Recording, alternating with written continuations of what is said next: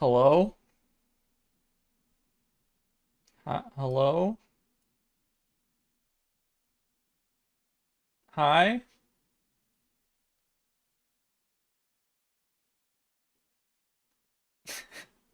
I'm Brad. Hey guys. Oh my God, that was close. Hey everyone, welcome to a monthly Q&A stream. I'm imagining it'll be a busy one. I have that sensation. This was a crazy week. Crazy week for me. Um, I'm still Brad somehow. I'm still Brad. So I'm not taking any emails. I want to read the chat. We will get to that because generally, okay, so let me just give a recap of this week for at least my channel, obviously. Monday, I released some news, first time, about Microsoft's future vendors in XR. That video came out well. I didn't really miss anything. Tuesday was some big news about Cambria. Uh, I kind of missed something important about that. Not really like important, but like I didn't strike home a feature that I think I should have, and that was kind of unfair to the device personally. But we can talk about that a little bit. It's just the mixed reality portion of it. I think people are gonna be very surprised about mixed reality. Wednesday and Thursday was all about Steam VR. Um, that was good. Good week for Valve. Valve's been working super hard, clearly. We can talk more about that, obviously.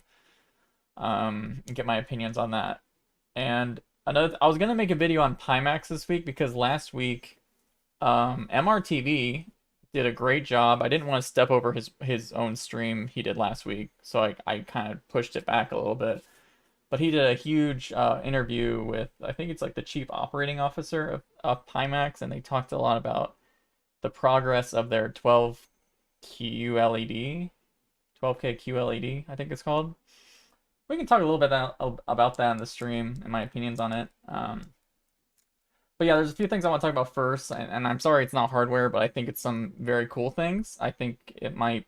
I just spent 3 hours in VR, by the way. That like I literally got to this stream last minute because I was having such a good time in VR today. And like the time just flew by, and I would have spent even more time if I didn't have the stream. I was hanging out with people in Neos. But first, I think I had to let me cover this. Look at that. Look at this. Do you know what? I think I should do this on stream right now. So let's just get this over with, you know. I just got this in the mail too. So this is exciting, right? This is exciting. It's pretty exciting, you know, whatever. Okay, and yeah, I do want to bring up the fact. So, you know, I'll just wait till I open it. Actually, I want to open it first before I make a meme about this. Do you guys know about imposter syndrome? Have you guys ever heard that term? It's basically when you do very well at something, or like something goes well for you, and you feel like you don't deserve it.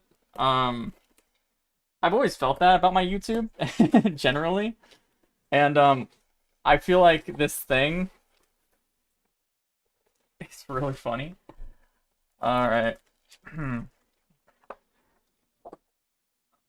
So, YouTube, congrats for 100,000 subscribers. Thank you everyone for 100,000 subscribers. This thing's a lot larger than I thought it was going to be, actually. And, it's a lot larger than I thought. It's gonna sparkle. Presented to SadlyItsBradley, passing 100,000. I can see my face. Okay. Yeah. So of all days to get my get my play button delivered, I get it delivered on April Fool's Day. It really goes with the imposter syndrome a little bit.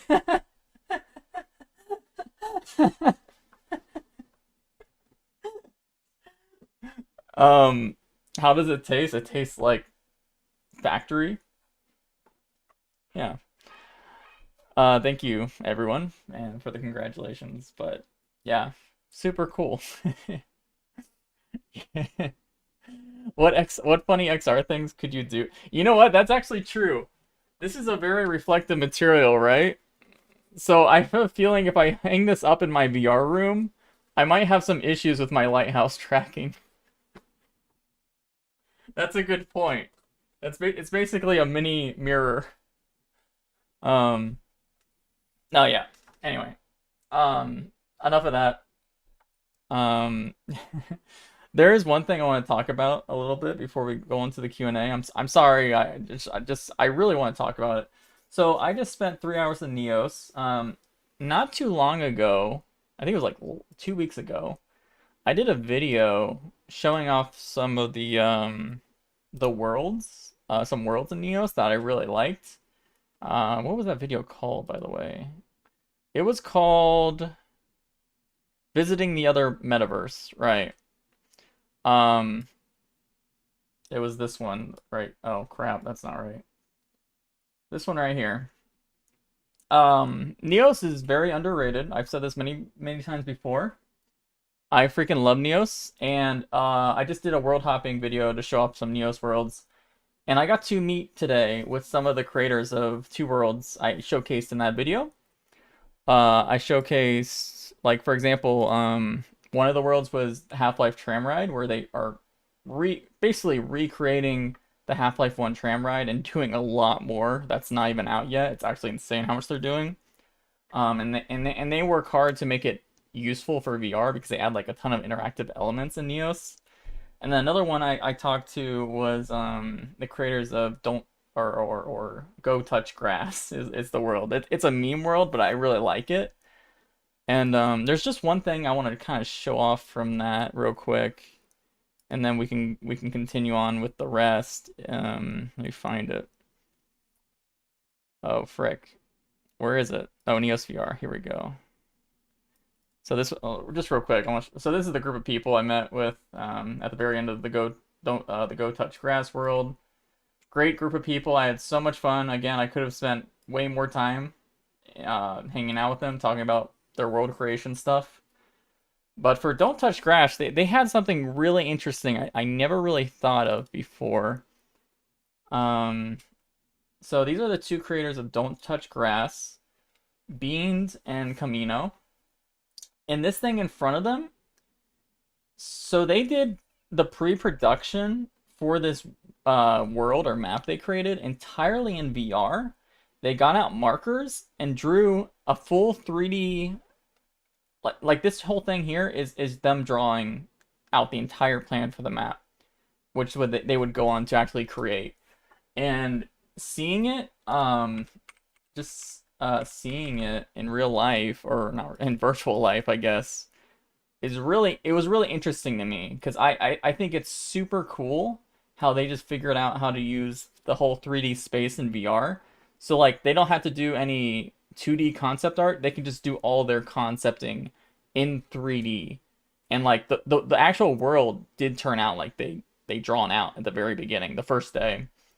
Another cool thing about this was the world had so this world was for a contest that Neo's community was holding for themselves basically.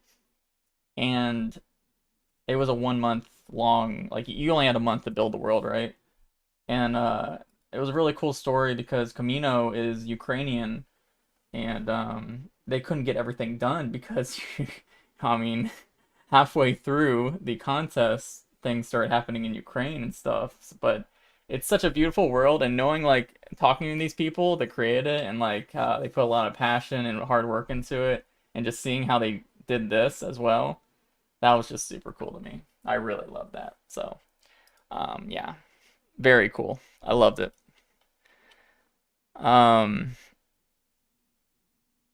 Tyler McVicker says he watches my videos a lot.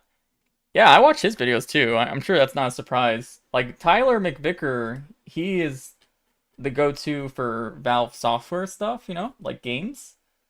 And so I don't have to do that. Right? I don't have to work. People ask me all the time, is Valve working on another VR game? I'm like, I don't know. I only look at Steam VR and their hardware stuff. So, hey, Fortnite gives me 100 sec. I hope your job searching is going well and congrats to 100K. Earlier this week, you had some big VR news.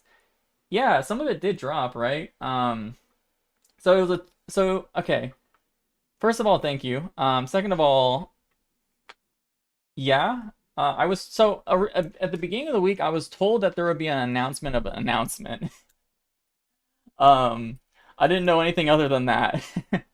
And then the Oculus, or not the Oculus, the Meta, what do they call it now actually? Is it the Oculus Gaming Showcase? I don't even remember what it's called. Meta announced the date for their gaming showcase on Wednesday, and that was the day I was told a lot of announcements were coming out.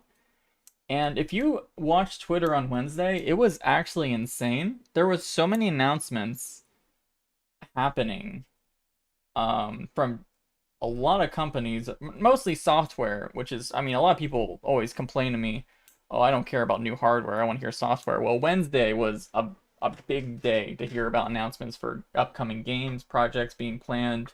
My favorite announcement from that. Oh, I hear myself. I hate that. Where is that coming from? Okay, sorry. No, my favorite announcement from that was from Cloudhead Games. Cloudhead Games announced their 9-year anniversary. Oh wait, no, this is Denny. My bad. Not that.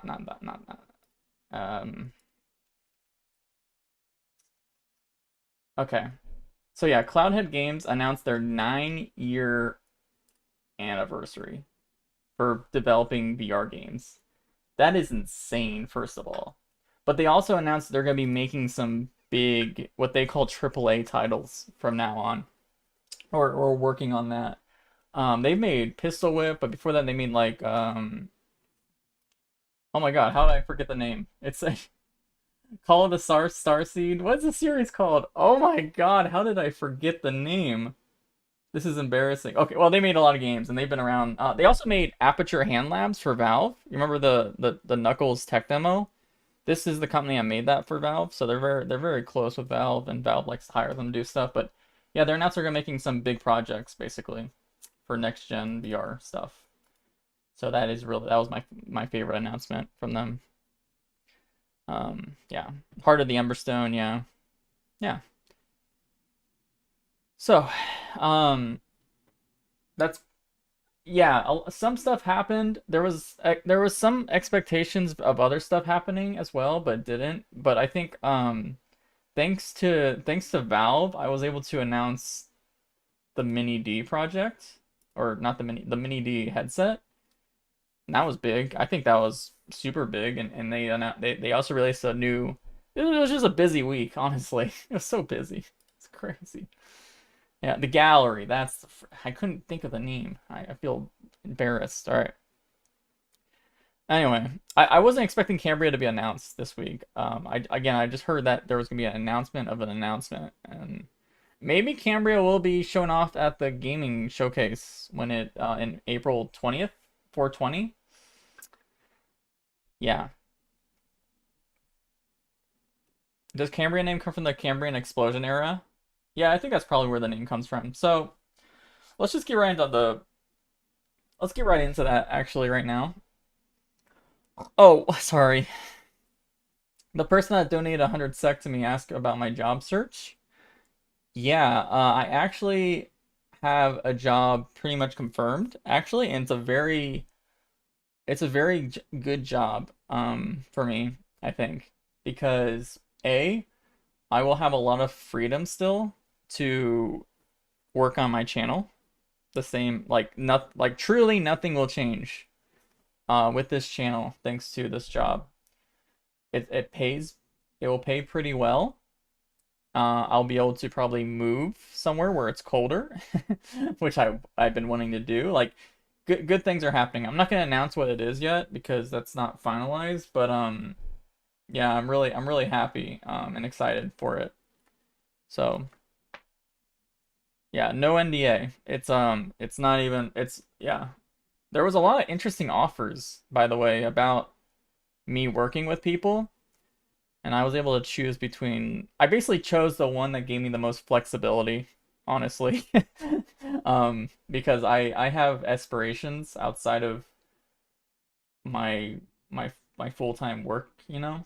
So, because I want to continue doing YouTube because it's a good outlet for me, and I want to, you know, that's it. I don't have much else to say, so yeah.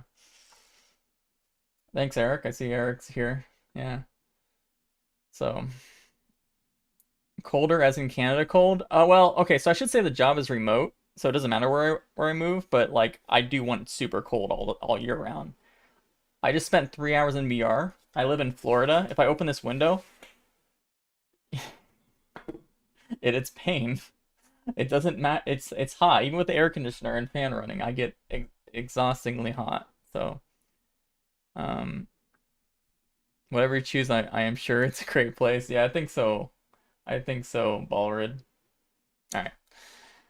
So Cambria, I released a video this week on Cambria. I'm sure a lot of people watched it. It was this one. I announced that Meta Cambria is ready for mass production. They've finalized the hardware for their unit, and I gave off all the specs that are likely to be in it.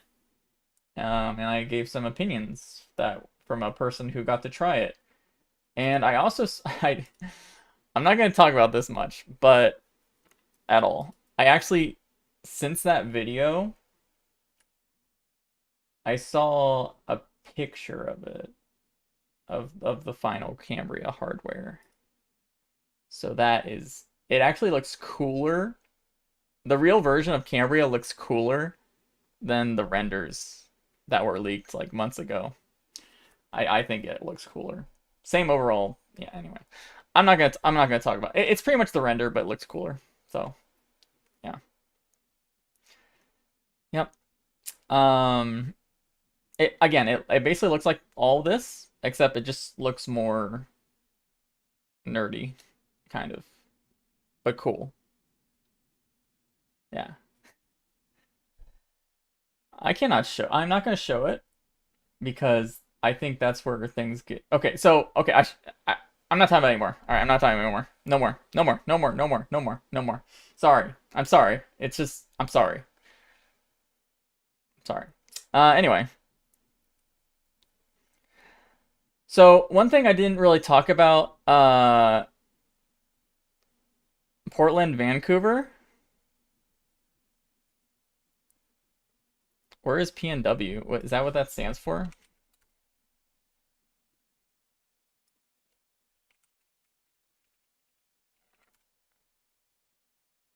That's kind of the area I want to move, honestly. That whole northwest area. That's if I had a choice, that was already my first choice of where to move, because that's where a lot of the VR stuff in the industry is happening. I would love to move there, and it's north, so it's gonna be colder more year round. Yeah, that's where I want to really live, but it's kind of expensive, I've heard. So I hope I can make it work. That's my dream for sure. Like I want to be a place. I want to be in a place where more VR people are, if they work in the industry, and that's like a really good place. So yeah, I love how everyone's like say, "Move here, move here." That's hilarious. Yeah, but I just know I don't want to live in the South anymore, where it's hot most of the year. Yeah. Anyway, so let's talk about my Cambria stuff a little bit, and then we'll go into questions about Cambria, or at least my opinions. So the one thing I really regret, like, and I knew this right away after I uploaded it. Let me just go, like, I knew it right away. I was like, crap, I really did not do this justice, and that's why I pinned this first comment, hoping people will see it. So I think people will be very surprised. People will be very surprised how interesting mixed reality stuff is. Like, I know it seems kind of like when you first hear about AR through VR, it sounds boring. Like it just sounds boring. But because the hardware and like the computer vision and everything and all these things have gotten so much better, I guarantee that even Cambria with like, there was a lot of disappointment about the hardware, the resolution and stuff, but the mixed reality component of a lot of these headsets, not just Cambria, but a lot of headsets, even Valve's next headset, I guarantee they're going to also be pushing the mixed reality stuff a lot, because it's actually it's going to be a lot more engaging than you expect. Just being able to switch content over from VR space to AR space will be very interesting. I know and the main reason people haven't gotten excited for it is because a lot of the mock-ups for the ideas have been very sterile, I think. But due to the fact that you're still using a VR headset, which has better processing, especially if you plug into a computer, for example, you're going to be able to do some amazing things. Um, yeah.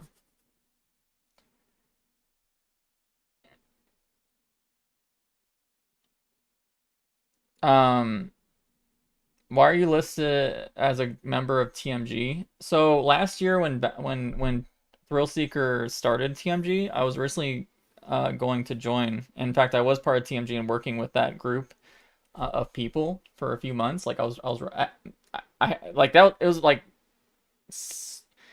like July to November. I was working kind of under TMG, Thrillseeker Media Group, writing a lot of like the Tuesday Newsday topics and stuff. And I helped with a couple of videos for him. But there was a lot of things going on during that kind of slowed down TMG a little bit. But he's like rebooted it, and like he's being very successful about it now. Very good. I'm very happy for him, but I haven't really been with TMG this year, I would say. And another reason is personal reasons. Not with him. I had a lot of issues with getting a surgery last summer, and a very simple surgery, but it basically almost bankrupted me and ruined my credit for years, so I wouldn't be able to move out. And it was a very stressful time of my life. So I started changing my opinions of what I wanted to do with my life, and I wanted more stability, which is why I wanted to also get a full-time job instead of just relying on YouTube and my wife, pretty much. So yeah. Anyway, but yeah. Anyway, sorry. AR through VR. I really do think people are gonna be shocked about how interesting the content is gonna be and how fast it's gonna be. We're already kind of seeing some interesting ideas with what people are doing with the Quest 2 pass-through stuff. But again, the Quest 2 pass-through stuff is garbage, right? It's black and white. It's low resolution. It's just not an enticing experience for people wanting to do anything. And you still have to kind of mark your boundaries and everything. It's gonna get to the point where you won't have to do that stuff. Like all the computer vision stuff is going to be able to mark out where your desk is automatically, where your ceiling is, where your boundaries are, and keep that map space figured out, right? And then they're gonna be able to overlay things that you wouldn't even think would be useful, or even so. Here's an idea to give you an example of what I always thought would be cool is mixing the VR with the AR stuff, and that's what mixed reality is, right? Imagine a game starts, right? This is like an idea I've had that could happen with mixed reality as a thing. So let's say there's like a AAA quality game.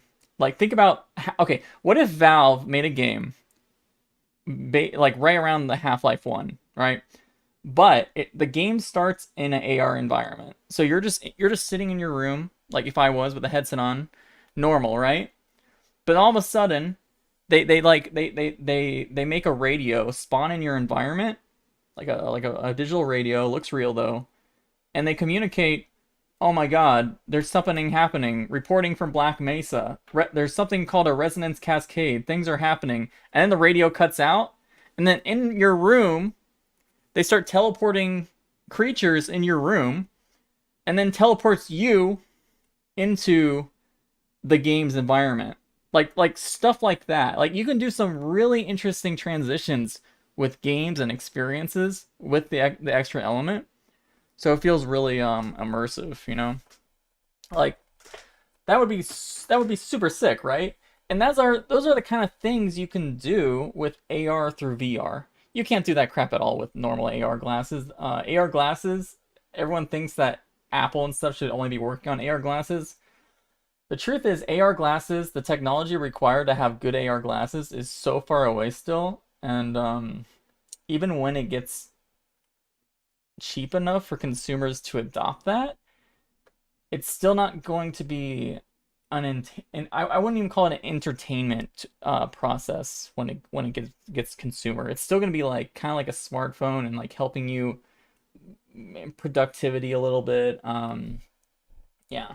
So, but AR through VR, you can do so many cool things. I think people will be very excited more when they start showing off some of these content that I'm sure they're working. I know, for example, Cambria. Cambria is a lot of developers are getting them now, like right now. They're getting sent Cambria kits, so they can start doing their ideas and experimenting with them. I wouldn't even be surprised. Let's say during this Oculus Game Showcase, if that's what it's called, I already forgot what it's called.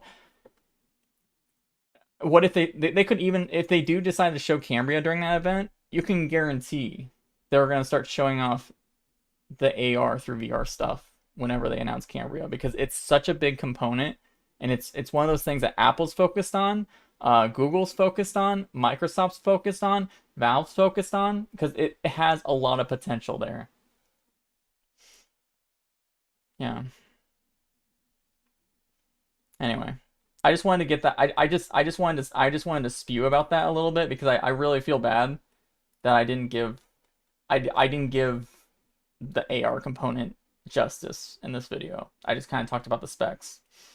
And that's like one of the most important specs of this device. That's why they're making it. They're making Cambria for that. They're just making it for that element, and I missed it. I don't know how. It's freaking embarrassing. I do that crap sometimes. It's such a joke. All right. Anyway. So yeah. I think if you are interested in AR at all, or mixed reality, Cambria is going to do a lot of cool stuff. And I think, even though I'm not excited for some of the hardware elements, I think they're going to do very well with that component, the AR stuff, because that's what they're doing with the device. It's a whole new line of products, by the way, right? Quest 2 and the Quest line, if they keep it going, that's pretty much going to be focused on VR, right? VR only. This brand new line, Cambria, AR and VR, both. And that's why they're working on Seabright too, because they're thinking ahead, like, okay, how are we gonna improve this device for the next version of this version? And I think Seabright is going to be the next version of what we get this year in Cambria.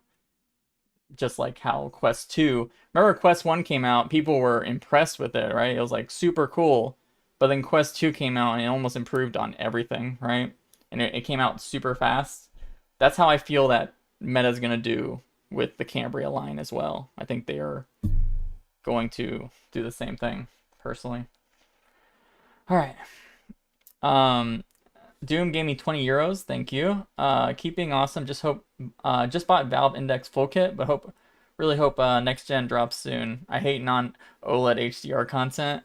Me too, honestly. I used this headset today I always use this headset when I do social VR, because I got the eye and face tracking, but this uses OLED panels. Even though they're like really old OLED panels, they're not that good. But man, every time I go back to this device, that OLED, man, feels good, right? It feels really good compared to LCD. Do I have a thread anymore? I don't have a thread anymore, I think. I had a thread before of someone that measured all the like color values and the brightnesses of like the Index 5 Pro and stuff, and the colors alone in the Index are really poor quality, honestly. Even though I use that headset more than anything, generally. So, Do you think Valve will surprise us with their next HMD? I think Valve is. I think Valve's gonna. So, Tyler McVicker is going to be releasing a video soon. Um, and he hinted to it in a stream yesterday. So there's a project called HLX, and again, watch his video this week when he releases it. That is going to be a VR game. That HLX. It makes me wonder if HLX is standing for Half-Life XR, which would do like AR and VR elements. But the one thing you know is if Valve is going to release a headset, Deckard, soon or whenever, they're going to have some title release for it. It doesn't even have to be a full-fledged title. Like for the Index, they outsourced the Aperture Hand Labs to Cloudhead, right? To show off, oh, finger tracking's cool, right? Oh, look at all the features. They didn't really have anything to do for the headset itself. It was really all the component, because the headset, the Index at the end of the day had the audio, it had good visuals, good FOV. You didn't really have any features built in the headset that you can make a tech demo for. So they made controllers. But if Valve does a mixed reality headset, which I think they definitely are, they're going to release something cool to show off the features. I think every company's going to do that. I think Meta, when they release, they're going to have a first-party title to show off the epicness of mixed reality. Valve, Apple, for sure, you know. Well, Apple has to, like, Meta and Apple have to actually make a whole make a whole ecosystem built around it. So that's even more insane. So yeah, HLX just means the Half-Life. Yeah, but either way, I do think that Valve will want to incorporate AR elements, even if it's a little bit, in whatever next thing they make, because they like to push. Valve always talks about this. They like to push their software. They build hardware so they can push their software to the next level, right? Yeah. That's what they always say. What Gabe Newell always says as well. That's why they're also investing early on in brain computer interfaces and have a lot of patents for how there's a future day where consumers will have VR headsets with brain computer interfaces so they can detect the emotions and the heart rates and everything of players and be able to allow the game to change with what the person's emotional and all the feelings they're having, right? That's an example of using hardware to boost software. So yeah. When Cambria comes out, should I sell? I don't like. So here's my opinion. Don't Whenever here, let me just say, don't ever sell a headset until the headset release or until a new headset announces. That includes all my videos. If I make a video saying Cambria is coming out this year with all these specs, or Deckard's coming soon, possibly, please do not sell your headset until the announcement, honestly, because I think you will know if you want the device from the actual announcement than anything I make on my channel, right? Because I'm only covering the hardware component. Hardware is nothing, right, without the software. And I think when they show off all these devices, the software concepts that they're going to show off with them is what's going to help you decide better whether you should buy the next headset. I always get those questions: should I wait for this headset or should I buy now? And I always tell them, I don't know. I don't know who you are. I don't know what you're gonna like. I don't know what you're gonna like or dislike. And when money's involved and making decisions based on your money, I don't want to do that for you. So yeah. Now that you've seen a picture of Cambria, how big is it? I really don't want to talk about the picture much, but I can just tell you. Okay, here's one thing I'll tell you about the picture, right? The one thing I'll tell you this one thing, and that's all I'm going to tell about the picture. But I'll tell you about some other stuff just based on. There's some obvious things about the device based on the features we know it's going to be put in it. So this is not right.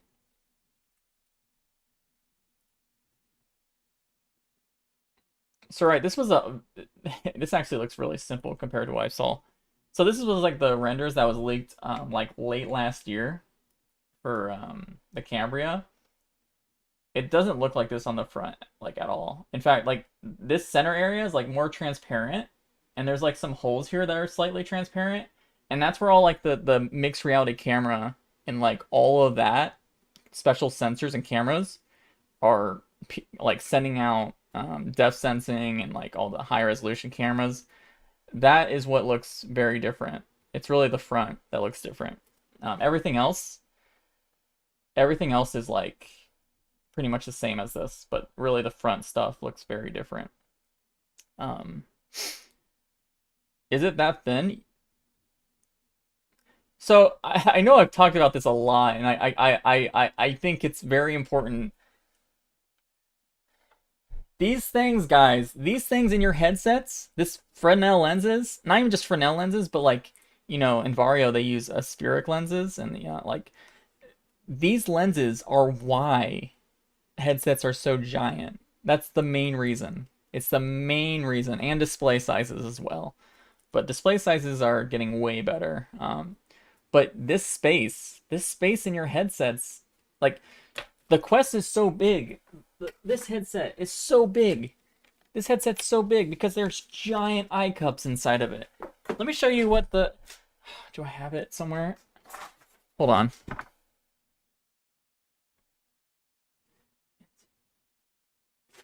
Dang, I'm so mad. I had a piece of my one. Okay, so the actual processing of the Vive, for example, I know it's not, it doesn't count, but the Quest 2 processing is not much different. It's about this thick. Like, this is about how thick a lot of these headsets are with the processing. All the bulk of headsets is due to this crap right here. This lens cup is why headsets are large right now.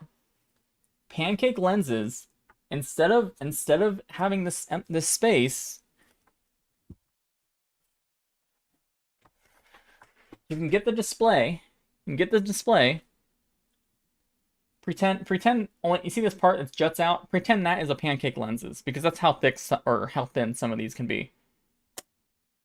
Plop the lens and the display right next to each other.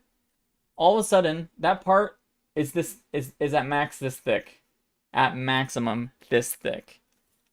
That is why all of these headsets that come out with Pancake lenses and smaller displays like Cambria, that's not even, they even announced it's gonna have Pancake lenses. That is why these headsets are getting so thin. And companies are taking advantage of the fact there's not this to pack in more features to their headsets as well.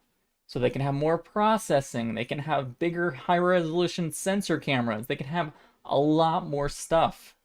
And another advantage of this is because you're making the lens and display so close to you, they build all the components right behind the display, right? So all that stuff, so on the Quest 2, for example, everything else, like all the hardware, all the processing is far away from your face. Like you're like this, right? You're like this. All the processing stuff, all the stuff that is heavy, metal, battery, all of that is forward. So when you make even thinner lenses, not only is the slimness getting better, but the point of gravity is getting closer to your head. So you're not having, it feels even less heavy, right? That is why these lens stuff are like, that's why these headsets are going to feel like a totally new generation. Even Cambria, I know Cambria, I'm disappointed with the LCD based stuff, but even Cambria is going to be incredibly comfortable and enticing for a lot of people because of all that, right? Does that all make sense? Did we get it? Did we get it? Yeah. It's exciting stuff. Will Pancake lenses be able to have more than 90 FOV? Yes. Yes. It really depends on... So there's another new thing that's happening with Pancake lenses. So let me show you something. back when Ars Technica basically confirmed that I'm not crazy. Well, in one way. So Ars Technica, this was like what? Wow, this was already September. Well, anyway, Ars Technica had sources confirmed Deckard was a thing. I'm not crazy about Deckard, that there's a new headset being worked on. But one thing they said interesting was their sources that knew about Deckard said that the lenses that Valve plans to have in their headset are similar to what Facebook has published about this article. You see this this is a super thin lens system, right? It looks super thin, very crazy. So what this is, I'm just gonna TLDR it. What this technology is they're combining the concept of pancake lenses, which already bounce around light, but they're removing an element of the pancake lens and replacing it with a holographic film. Holographic film is a new type of an emerging lens technology. I'm not gonna go into too much detail here. If you watch any of my Imagine Optics stuff, Imagine Optics videos, that lens company that Meta now owns and Valve invested in but sued and whatever, they were big on holographic lens elements, right? And thin films for holographic. So Facebook created a concept, this was in 2020, showing off a pancake lens with a holographic film element. You can do a lot of crazy stuff depending on how you design the holographic films on the headset. You can have it based on, you can have it increase contrast, you can have it expand FOV, you can pretty much do whatever you want. With reason, obviously. Like, you know, there's always a physics limit to optics, but this is how a lot of companies are going to get past some of the barriers we have with a lot of pancake lenses that come out now, right? So, yeah. Do you think that the Deckard will be the thickness of Cambria or a little thicker? So here, let me explain. So Deckard, my belief is Deckard's basicness of Deckard is going to be a lot of the same kind of hardware we would see in a Cambria, honestly. Like, they're only going to be using a Qualcomm chip in the base unit, in my opinion, like, just for that extra processing and being able to, like, do a lot extra stuff for upscaling and allow potentially, like, easy Wi-Fi wireless connection, but also so it can work, it can do some of, like, the reprojection and, like, a lot of interesting stuff on board the headset, even while connected wired to a PC. I believe Valve is honestly going to still focus on the enthusiasts, like heavy PC VR enthusiasts. So anyone that's worried that they're going to be focusing on standalone stuff, no. The PC VR standalone concept is based on having a head strap with a mini Steam Deck, a much more powerful version of the Steam Deck, and have that connected into the front, which would be basically the same concept as having that front connected to a PC, but instead of a giant PC, you're connecting to a mini PC, kind of like Simula VR. That's what I believe the Deckard concept is. But the base model, gonna be very similar. I imagine they're still going to have some sort of Lighthouse stuff going on inside this headset. So, yeah. Do you think Valve Index 2 have completely redesigned controllers? No, we actually, so I'm glad you asked that because I've been kind of digging a little deep in that, a little bit deeper. So I think Valve is going to have very similar controllers than the Index. I have a patent here to prove that, by the way. I have some patents. I always got patents ready. Always got patents ready. All right, let's see here. So just got to find the right one. Yeah, this is the one. So this is a patent file in 2020. Let's go to. I've showed this picture before, but I'm gonna remind you. So look at this controller and look at this patent. you'll notice some differences right away. First of all, the touchpad area is very different, and the thumbstick is very different. But if you look at the thumbstick on the Steam Deck, the thumbstick on the Steam Deck looks a lot similar to the thumbstick on the this patent controller, right? So I want to talk not really about the thumbstick, but I want to talk about this middle part here, which is obviously a big difference. The touchpad is very different shape, and I actually believe that this material, this sort of thumb pad they're using in the Steam Deck, this whole patent is about that, basically. They're basically saying, hey, we want to have a force sensing resistor to act as the touchpad. They still want to do touchpad stuff, but they want to make it not annoying and actually have value. And the coolest thing they have about this idea, and I thought this was a very cool example. So their example that in this patent is why they want to do this. So a force sensing resistor would basically be able to sense how hard you're pushing on that new thumbstick, which is very similar to the one on Steam Deck. And the reason why they want to do that is their example is, let's say you're driving a car in VR. So you have a controller, it's already strapped to your hand, right? Well, let's say you're holding onto a steering wheel like this. Where is your thumb? Where's your thumb going to be on the steering wheel? Right in the middle. So what they thought of as an example for why this would be an interesting concept for gaming is, what if instead of, usually people use the trigger for how fast you're going, what if they allowed you the force sensing of your finger to act as the pedals? So you can stay natural, you can keep your hands constantly like this, and your thumb that's already there, the harder you press is how hard you push on the gas pedal. So they're doing some interesting, they're basically like restructuring all the stuff they have with Steam Deck and like building it for the Knuckles. And yeah, so. Okay, I don't know if you guys, I don't know how many people here have a Steam Deck. I don't know how many people here have a Steam Deck. These touchpads are way nice. I use them all the time. I actually use them almost as much as the joysticks. They're very different than the ones on Index.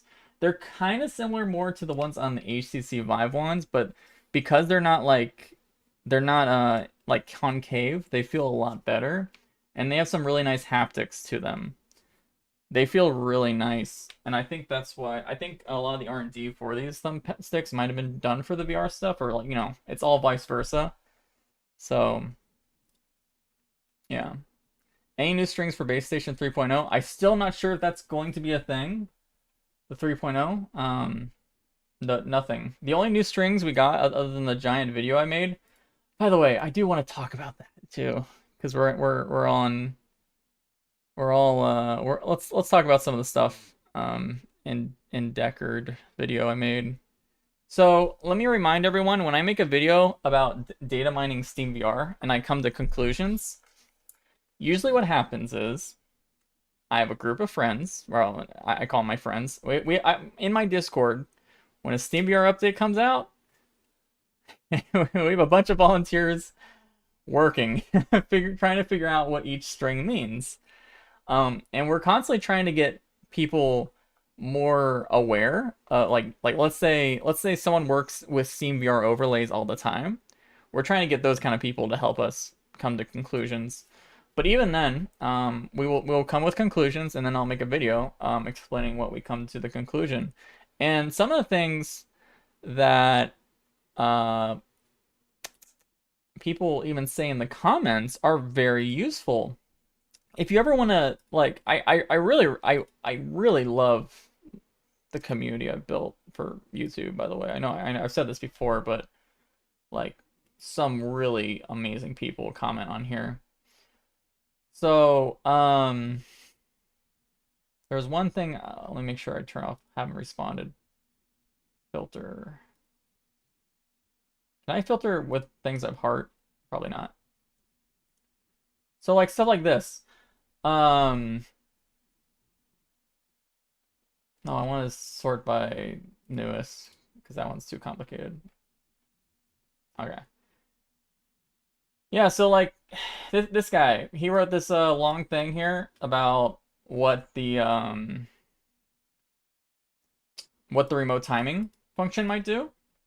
And he's talking about how it might be for the decoder built on the headset, which I'm very sure is going to be the case. That's why they're putting like some sort of Qualcomm chip in the headset, at least in prototypes. And like a lot of people will give their opinions, and some of them are really well written and really well thought out. Yeah, again, like this is just great stuff, and I'm really thankful. If you're one of those people that do that, thank you, because you actually do help me a lot. Because yeah, that's all I want to say. One thing. Oh, there was one person that said something really smart. Oh my God, will I be able to find it? I probably won't be able to find it right away, unfortunately. Shoot. So in the last update, I talked about the Gaussian blur, right? The blur shader added to Steam VR, but it's not being used, obviously. Someone linked me a video by NVIDIA. Let me see if I can find it real quick. NVIDIA Foveated Rendering. Actually, it might be. Oh yeah. So this was from 2016, but they show off all the different versions of like foveated render. This is no foveated rendering.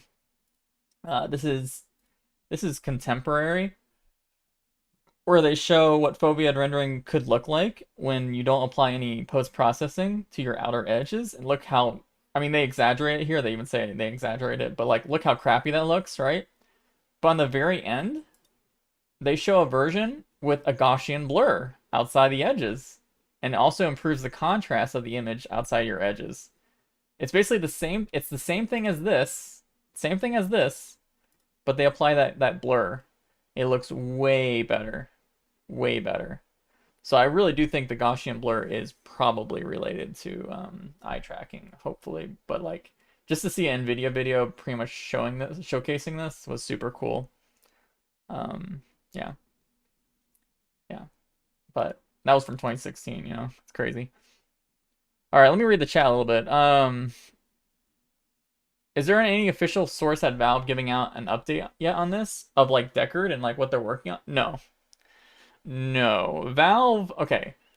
So if you think all the stuff I'm finding in the content or the Steam VR files is like stuff Valve doesn't want people to find, that's not how Valve works. Valve purposely lets stuff leak out slowly over time, so people like me can find them, report on them, and I bet you they get a very sick pleasure out of when I get overexcited about stuff that are probably not even related. Obviously the big example is if you go to bradsmells.com/bouquet. This is now a meme, and I want to make a t-shirt out of this meme somehow. So this image was added to the files, the resources. They deleted it, by the way. They did delete it after I made a big deal about it. But it ended up being a stock image of a bokeh effect. And I still stand by the fact that the location they put this file in is bizarre, but I will calm down on that. But like, you know, they leak stuff in on purpose. They leaked in mini D. Like, what the frick is a mini D? Like honestly, there's no naming process at all that would explain what a mini D is. So we have to guess. Valve named it that and put it in the files unobfuscated, so I would find it and speculate about it and have you people speculate about it. We're basically rats. Just scurrying around trying to figure out these little hints that they just drop feed to us, and also get people excited too. Because, you know, they let this update drop on this week. They dropped it this week. Why they chose this week? Maybe because they knew there was going to be some news coming on this week from like all the announcements. But yeah, they dropped it this week for us to find it. So it's not mini DisplayPort. I guarantee it's not mini DisplayPort. Because mini DisplayPort has been not updated since DisplayPort 1.2. Which was fine for the index. But anything higher resolution than the index, mini DisplayPort itself does not support that. So again, I made a video about this, but the belief is that, you know, we have POC A, proof of concept A, They skipped POCB. Like, there's no POCB in the files, so I guess it was something they didn't need to make drivers for. Then there was POCC. This was, okay, POCA, January last year, added in the files. POCC, added in June of last year in the files.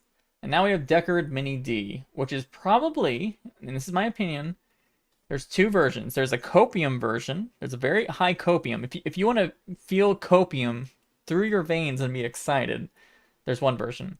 The other, there's a less one. So the copium version is that they are past proof of concept. They took the proof of concept D that might have existed. They've iterated it to the point where it's no longer a proof of concept, and they're doing a mini run of like producing it, probably for developers or stuff. That is the Omega Copium version of what we think. If you don't want the less copium version, it's probably just another proof of concept, but they made it smaller. But yeah, it's not a proof of concept anymore. Is my opinion overall. It's past proof of concept. Or maybe there's trolling me. Yeah. Maybe Valve is just saying I have a mini D. That might be what they're doing. They're saying, hey, only Brad reads these strings. Let's just say Brad. Let's just call his PP small. You know. Yeah, maybe. SadlyItsBradley has a. Yeah, that's always a possibility, but I don't think so. Because I live off of copium, so yeah.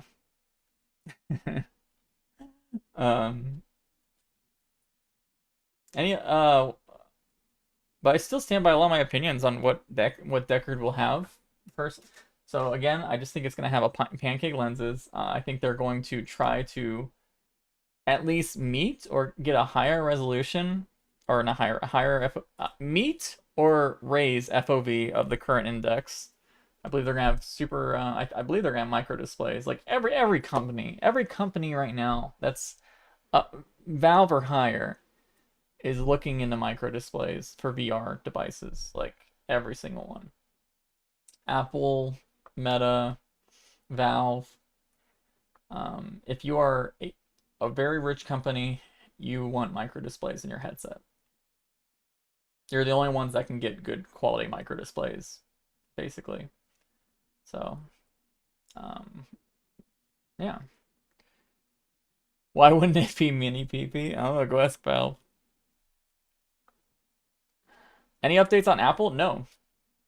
We've had no updates on Apple's progress since I made my last video, which I don't remember what I said in my last video, honestly. It's been very dry for Apple. No updates on Apple.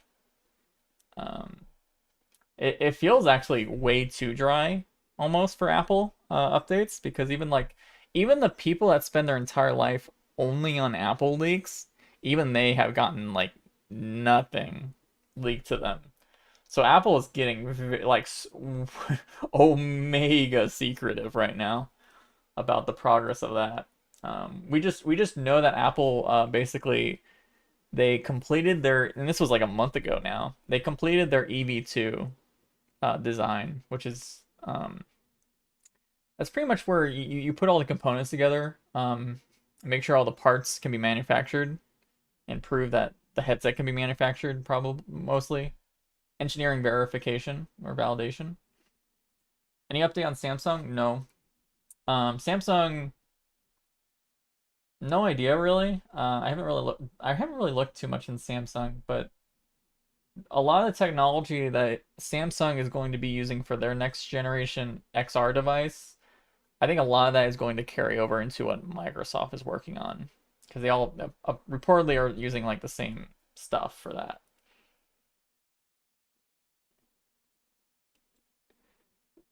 No, I don't think Valve is going to release multiple headsets. I think there's a possibility that they're interested in making multiple head straps that would work with the single SKU Deckard, which the head straps could add functionality. Like they can have one that does the the onboard processing, the x86 APU on the back. They can do one with WiGig connection. They can do one, well, and then there's the base one, which would be like the comfort strap, which, you know, is the wire one. I do think Valve is going to launch the device with a wire still, by the way. I very much believe that still. I think they're very still focused on that enthusiast PCVR. Because you know, when you get to high resolutions, you want to have everything, you want those frames delivered perfectly. You can have the option of wireless, but I still think the wire is going to be at least coming with the device standard. So I thought Mini D would be standalone and basic Deckard would be the one. I don't think so. The reason why I don't think so, I think these are only headsets, like the front parts. This part of so this is in your Lighthouse drivers. You can still go if you want to find these files. I'll tell you where they are. You can go to your Steam VR folder. Go to drivers. Go to Lighthouse. Go to bin. Only Win32, not Win64, and then go to driver Lighthouse, and then just you know, even in Notepad, just Control F Deckard. There they are. See, they're in your Lighthouse files. Even if you're on the beta, you have to be on the beta of Steam VR. So yeah, they're only in that version of they're in every version, but they're only unobfuscated in the Win32 drivers. So, but what was I saying? Oh yeah. So this part of the driver, is where the headset itself connects to the PC, and Steam VR can identify the headset, and the headset's like, okay, this is who I am. Please load these specific drivers, these input profiles, all that stuff for that headset. So it wouldn't make sense for it to be like a compute unit. The compute unit would be the thing that has Steam VR built in and would be requesting this string from the front of the headset. So I don't think it's related to the APU version or the head strap thing. Yeah. Ready Player One, thank you for €3, Doom. What happened to WiGig? Nothing happened to WiGig. WiGig 2 was finalized last year. That's why Pimax is working on a WiGig 2 beacon for their headset. You know the newest Apple Watch, by the way? I don't know if you know this, but the newest Apple Watch has a version. I don't know if it's proprietary version to Apple or if it is like based on the WiGig 2 standard, but that thing has a WiGig beacon or a receiver. I think it's more a beacon. It sends out data because that Apple Watch, they removed the diagnostic port. So if you go in to repair it at an Apple store, they have a special dock that interfaces with a 60 GHz wireless, which is crazy that an Apple Watch has that, but yeah. Again, I really don't think it's main DisplayPort. Any interest in PSVR stuff? Yeah, I'm always interested. I'm very interested in PSVR too. I think it's going to be a great device for VR. It's going to be a VR only device. It's going to be targeted toward gaming, and I think it's going to do insanely well. Developers are super excited to develop for it, and that's obviously important. In fact, I even think that game developers might be more interested in PSVR 2 game development than Quest for a certain period of time, if I had to make a guess. Because the tools and like the capabilities and like even the store and the relationship that Sony has with their developers is way more healthier than what Meta has shown so far, right? So that's, you combine all those things, people are going to be excited. PC Master Race. Um,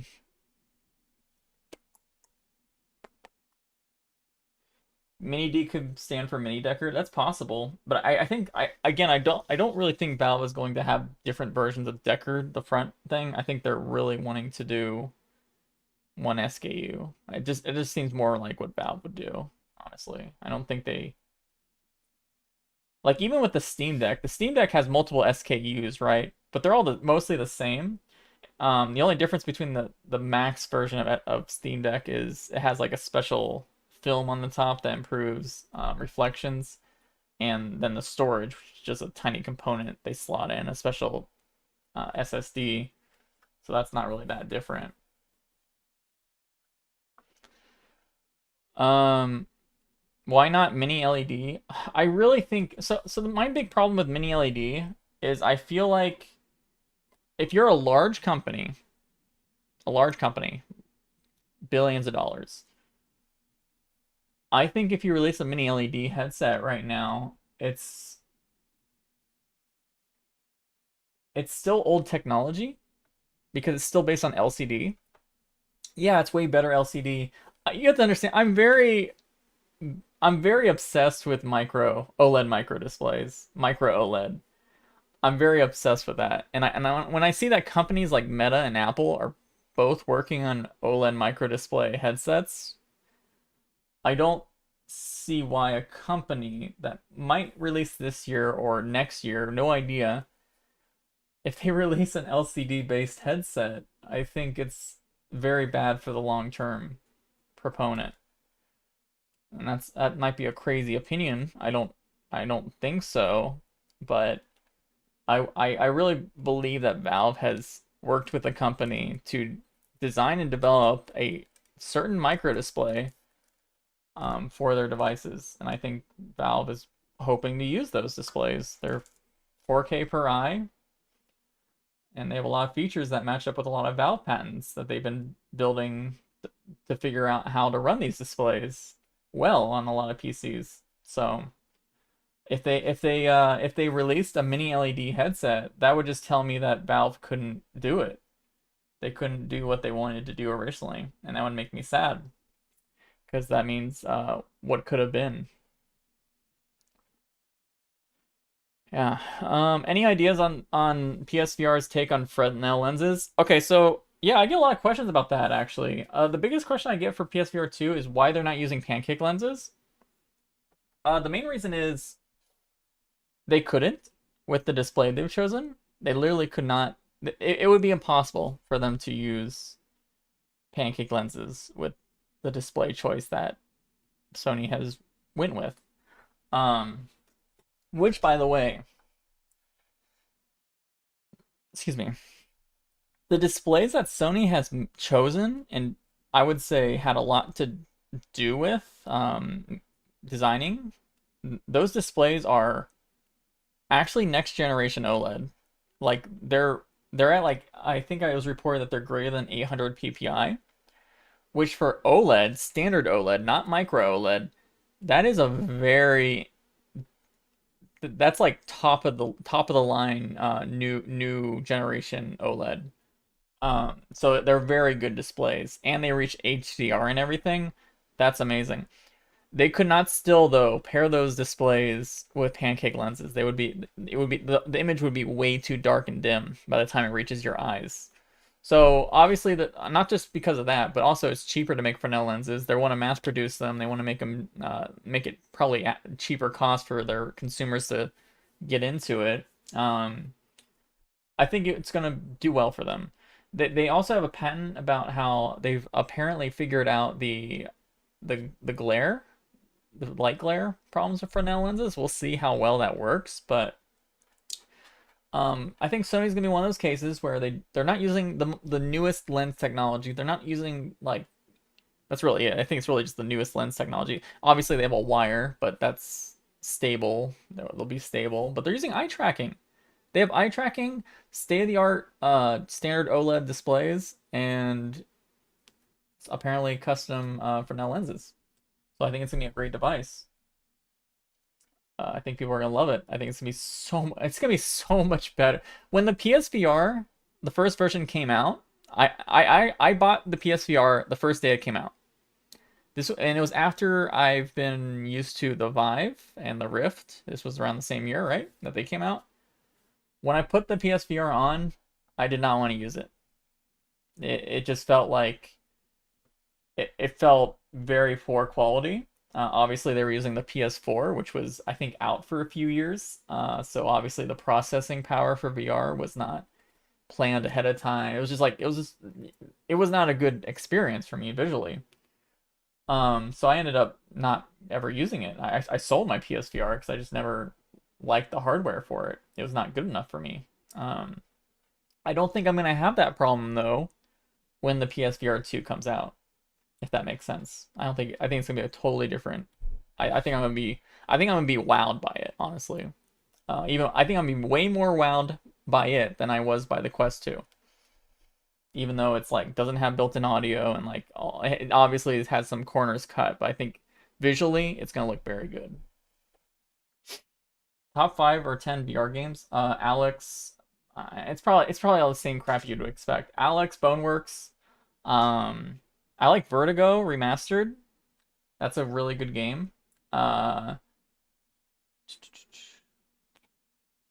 mean, I spent a lot of time in VR chat and Neos. I'm probably forgetting. I'm probably forgetting games that I shouldn't be, but I am.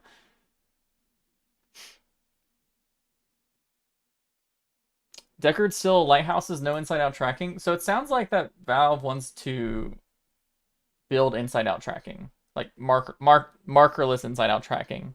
Did you know? I don't know if you know this, but technically, guys, the Lighthouse tracking system is a version of inside-out tracking. It's called a markered inside-out tracking. It requires markers, but all the headset, the headset is looking outward for markers. Outside in is the opposite. That's usually when you have camera sensors looking for IR or something emitted from the headset. So technically the Lighthouse system is inside out, but it's markered. Markerless inside out tracking is what you all know, right? Markerless, no markers. The headset does all the tracking. There's no markers you have to put in your room, but it makes markers based on what's in your environment. Usually like a bunch of lines or points. But yeah, Valve has confirmed working on a markerless inside out tracking system. I think it's because they plan to have mixed reality cameras. Because I do think Deckard's going to have mixed reality elements. That they just thought, hey, let's try to incorporate markerless inside-out tracking. Why not? But there are strings in Steam VR, and there are patents for the idea of combining Lighthouse with a onboard camera system to get even better pose data, to where the point they can predict movements way more ahead of time to allow the software to render the frames way more ahead of time. And that's only possible with this dual tracking mode. They call it dual tracking mode. It's been in the strings since like September of last year. So it's probably going to have both, if I had to guess. It's probably going to have both options.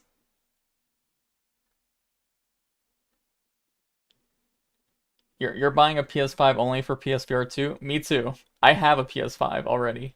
I haven't played it once. Not once. I only bought it because there was a chance for me to buy it, and I was worried that that the stock shortages would be still crazy by the time PSVR 2 came out. So I ordered one, got one. I haven't played I played one game. The Astro game. The Astrobot game for PS5. And I got to try the triggers. The triggers were amazing, but I haven't played anything since. It was just so I can have it ready for PSVR 2. Super impressed with the Foveated Rendering performance increase for PSVR 2. Yeah, up to. The important thing is pointing out up to, right? Up to 3.6 times better frame times for GPU with the dynamic Foveated Rendering. And even with a I would say non-optimized demo that was not built for VR, they got 2 times better frame times activating the eye tracking for their Alchemy demo, Unity. So that's good stuff. That's good. That's good stuff. Good stuff. Doom asks, do you think direct storage will improve VR games? Like direct. When you say direct storage, you mean built-in SSDs on the headset? Um, hmm.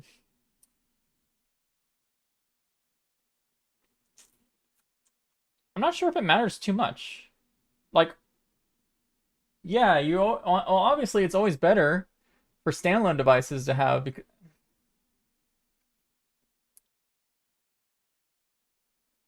That's a good question. I'm not sure if there's that much difference, honestly, when it comes to memory speeds, between like a wired headset, which is doing all the data on the computer and sending it through a cable, compared to a headset that has a motherboard with all that stuff chipped on there. It's a good question. I'm not really sure about that. Because they'll both use very different systems to do everything, I would say. Very different systems. The only VR game I ever play is VR chat. Yeah, me too. Mostly. Honestly. It's not even the fact that I don't even think that there's a lot of, well, the problem is with VR games in the past year, I tend to play stuff that has a social component to them, mostly because VR chat's kind of ruined me. It's gotten to the point where if a game releases with single player only, I feel very lonely in VR, you know?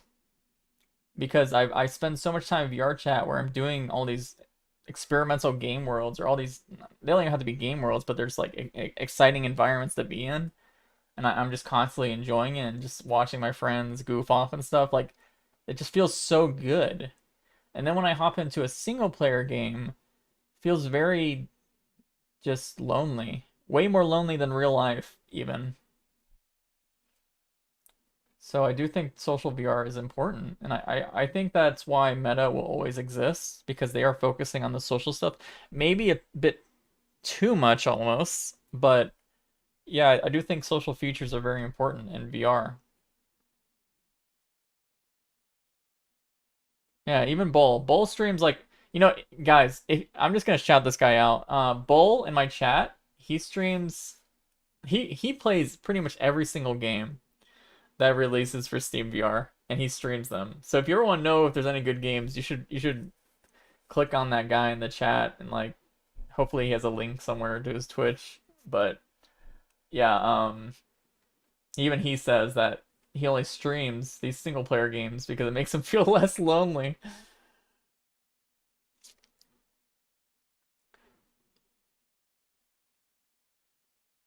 Oh, sorry, no. Um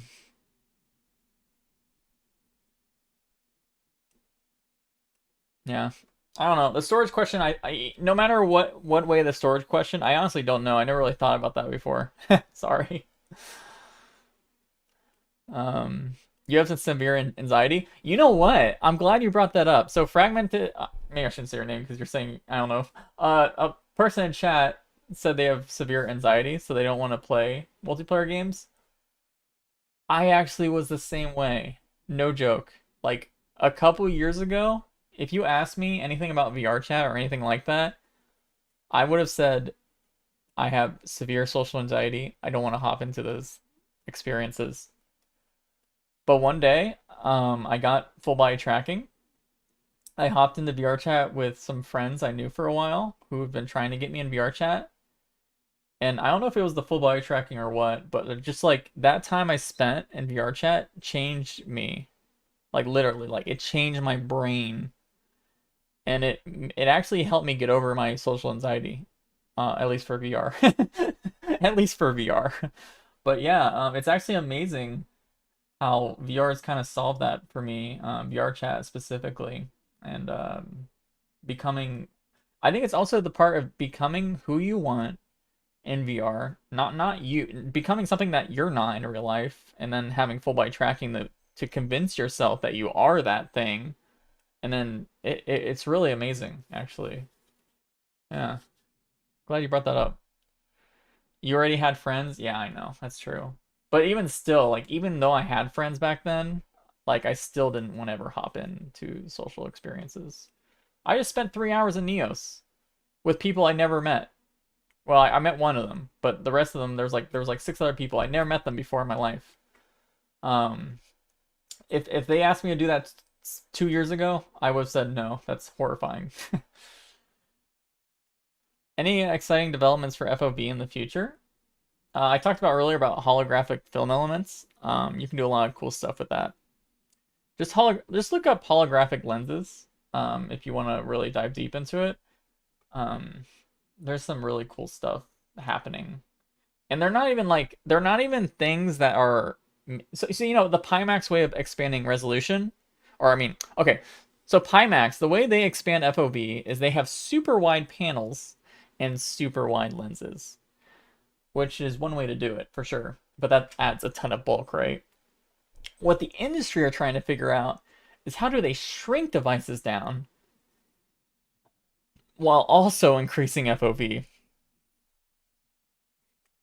And there's a lot of different ways to do it, but I think the most promising version is these holographic film elements, or like these holographic lenses that can do stuff like FOV expansion and all this stuff. Crazy stuff. How's the battery life going to be? Well, I can tell you, this is just from leaked files for the Cambria. So Cambria has I think it was 5,500 milliamp hour battery, which is compared to the Quest 2 that has 3,000. So that's a lot more battery. However, I'm guessing because there's these high resolution cameras, and if you're doing a lot of mixed reality stuff, the overall playtime and everything is going to even out a little bit, like closer to what you get. Like Quest 2 is like 2 hours. So maybe like, I don't think there's gonna be too much differences in playtime for a lot of these newer devices. Wirelessly, of course. When you plug in a device to a wired PC, obviously you get some power delivery and you're not having to worry about that battery, which is another reason why I never cared about the wire. I'm a person who hates batteries, and mostly because you have to charge them. I don't even like charging my index controllers. Like I have a bunch of them, and I'll wait for them all to die before I finally cave in and plug them all at once into a power brick.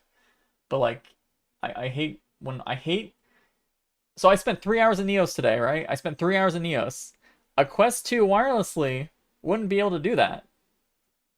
It would have taken me out of that great experience. So that's why I have some issues with standalone and wireless, even wireless PCVR. There's some issues there with me, because when you start spending a lot of time, and with these newer headsets that are more comfortable, way better visual clarity, all this stuff, you're not going to, you're more likely to spend a lot more time in VR now, right? So you better hope that battery technology gets way better for these devices. Otherwise, you're just gonna feel limited all the time by that battery. It's fine now because devices are bulky, huge, a large, maybe 99% of the player base for VR maybe spend 30 minutes, I think it is, maximum. That's like that's a real statistic, by the way. Most people in VR who have VR headsets will spend a maximum of 30 minutes per session. Like, obviously battery life is not an issue with that kind of number. Yeah. Will Cambria have wired FOV? I was told that Cambria's FOV is not very different than Quest 2. But again, it's Pancake lenses, so it's gonna be way more comfortable, but yeah. It's not very different, is what I've been told. Try to get my coder uncle into VR, but he'd rather code over 12-year-old rusted games than move forward. He sounds like a doomer. Like a person that loves Doom, right? That's funny. Varifocal display. I am no longer expecting Varifocal on Deckard. I think it's still another generation I'm sorry that I got people hyped for that, but I'm not expecting it anymore. I think they're doing some very cool stuff with lenses. Again, I think they're doing this holographic lens elements with Pancake lenses. And that's another thing. So, oh god, why do I gotta bring this up? Oh my god. So, bokeh. Bokeh. There is some connections to bokeh. The concept of bokeh. Not this image, but the concept of bokeh. There is some connections to it via Varifocal. But I'm not ready to inhale that much copium. I don't want to believe that's why they put the file in there. I don't want to believe that's why they put the stock image file in there. I don't want to believe it. I'm not ready for that. I want to believe. I want to believe so bad that the reason why they took this stock image, named it bokeh.png, and stuffed it in the resources folder where no other freaking thing is saved, that they wanted to hint to me that they are actually working on Varifocal, but I don't believe it. I can't. I can't swallow the copium, guys, you know? It's hard. It's a hard thing to swallow.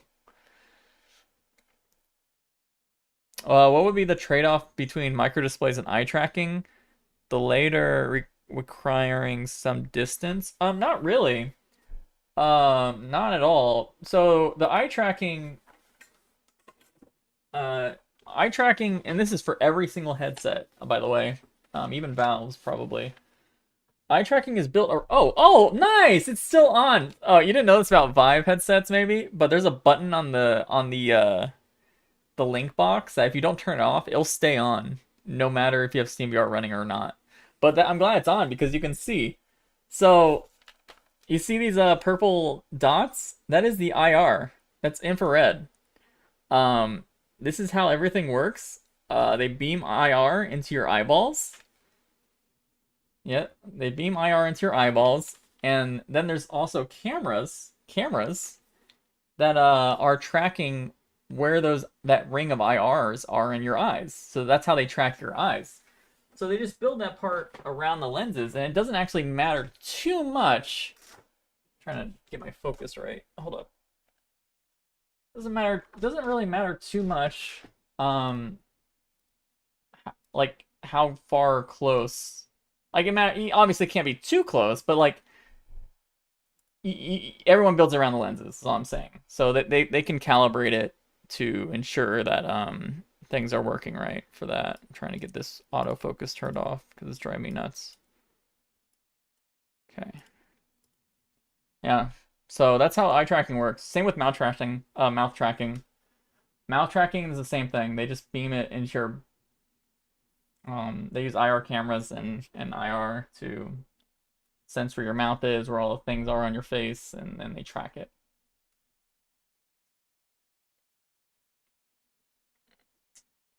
Yeah. It's very low power. It doesn't hurt your eyes generally. However, it can. Okay, so I'm glad you. You guys are awesome. I'm so glad that. So I said this before, but on streams I'm always worried I'm not gonna have anything to say. But you guys always bring up amazing stuff that I want to talk about. So for me, I was talking to someone today, again in Neos, who also uses the Vive Pro Eye, and we were talking, and anyone who's been with me in VR while I use this headset will know that I actually do complain. I do actually complain that my eyes are drying out fast when I use this headset compared to others. And the main reason is there's a lot more heat kind of being generated from like the cameras and IR being beamed at me. And I always thought that, yeah, that's just the way the headset is. There's no cooling or anything for my face or eyes. But another person I hung out with who also used the headset said they never had that issue. So we were talking, trying to figure out why we didn't have those issues. Well, she lives in Ukraine, where she says it's almost always cold. She can keep the window open all the time, and she likes it cold in her room all the time. I live in Florida, where it's the complete opposite. If you can probably tell, I look like a mess, right? I have the fan running, I have air conditioning. It still gets super hot in my room, and when I have that heat, that more heat in my eyes, clearly it dries my eye out more than for her, right? So yeah, I think there is something there with eyes drying out with IR, but it seems to also depend on the environment a little bit. So this might be why there might I'm wondering if headsets are gonna have some slight cooling, because even the Focus 3, the Focus 3 was weird when I put it on because they had fans blowing into my face a little bit. I thought that was always really strange. So it makes me wonder if they did that as a plan to solve this weird problem for any eye tracking stuff they want to do with the heat. It's a weird thing. It's really weird. Yeah. But as terms of safety issues, you're not gonna have issues. Like it's not gonna destroy your eyes or anything. It's just like, yeah, my eyes are drying out because there's actual, it's hot in my room and it's more heat being given off from this. Honestly, the eye tracking on the Vive Pro Eye is more of an afterthought. Like they just kind of slapped it on there, so it's not like it wasn't planned part of the design. So yeah, and you can't, yeah, you can't see the IR. Like you don't notice it. It just my eyes feel like where is the camera then? You know what? I'm pretty sure it's still a. That's a really good question. I still think it's around the lens. It might be on the top. I actually don't know. I forgot. I know for the face tracker, it's like right on. See, like you can. There's two cameras in the face tracker, by the way. There's two cameras. One I think is lower or pointed higher, and one's pointed lower. So I can get your upper face and your lower face. So they're very small cameras, so it's hard to tell where they keep them. I don't think they're like hard to stuff in these devices. So yeah, it's the heat from IR. Yeah. So what's my day job? It's been YouTube and being obsessed with Copium for the past year. I'm usually supported. I've actually been supported by my wife for a while, but I have pretty much gotten a job now, so that I'll be able to do even. The cool thing about me getting a job, by the way, it's in the VR industry too, so it's super cool. I'm super happy about it. But that will allow me to have even more money to spend on this channel and do a lot more cooler things I always want to do. I always want to go to events. I always want to try out more hardware. I always want to just fly places that are doing cool research experiments with VR. I just never could because it was expensive. So I think my channel is actually going to be in a better state now than ever. Which is your best headset? I still like my Index the most.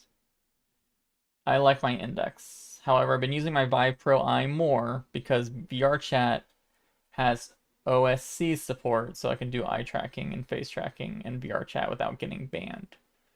So I have been using my Vive Pro Eye more, but not because I like it. It's not because in fact, I kind of hate it because it has a garbage microphone and the audio quality is nowhere near the Index, and the FOV is obviously not near. Like it's just I only use it because it's my eye tracked headset and it has my eye tracking.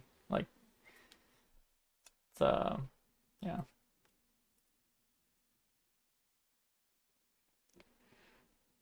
Um, Hopefully we can start using UV so we can get tan too. That's funny. Do you know if companies are working in the curved micro displays, as in curves that no. So okay, so there's not even just for curved micro displays, but curved displays are very difficult for VR devices already.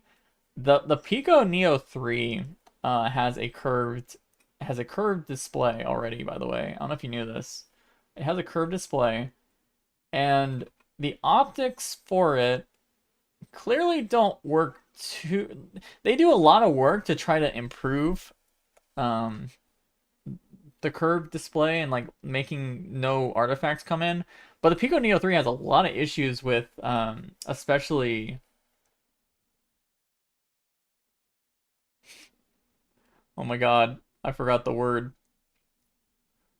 Frick.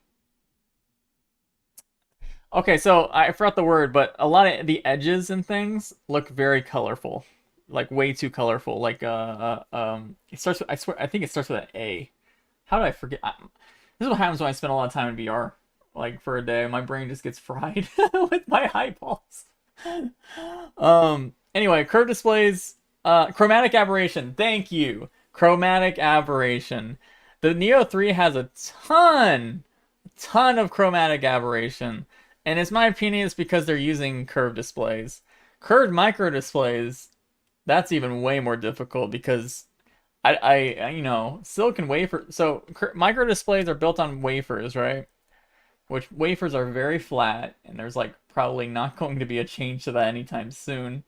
And it's already very difficult and expensive to make already make flat displays on wafers. I honestly don't think that there's going to be a future for curved displays in XR. I think the next big thing for micro displays to improve upon a ton is I've been seeing a lot of interesting concepts where they want to make the pixels even smaller, but so they can double them to make light field micro displays. Make like lenticular pixels with special micro lenses on top, so they can do light field in a tiny display. That seems to be where a lot of interest is going for micro displays, but that's again super far. Super far. The chromatic aberration can be improved with software, and they do have a chromatic if you ever use a Pico Neo 3, in the settings there's a chromatic aberration fixing mode that's enabled by default. It doesn't work fully. You still see a lot of chromatic aberration. If you turn that off in the software, boom. It's even worse. I really don't think it's a lens issue. I just think they paired curved displays with the lenses, and I just don't think that the light, maybe you can solve it with some holographic film stuff on top of the curved display, but it just seems way harder, and I don't even know if it's that much more beneficial. I really don't think it is for FOV. I really don't think so. You just want full FOV without going full hammerhead, then holographic lenses and stuff like that is what's going to do it. Every company wants this, you know. The holy grail is lens technology. Facebook, Apple, Meta, and my brain. Meta, Apple, Microsoft, a lot of Google. They are hiring. So I didn't know this, but I live in Orlando, right? And the University of Central Florida has had a special school dedicated to optics.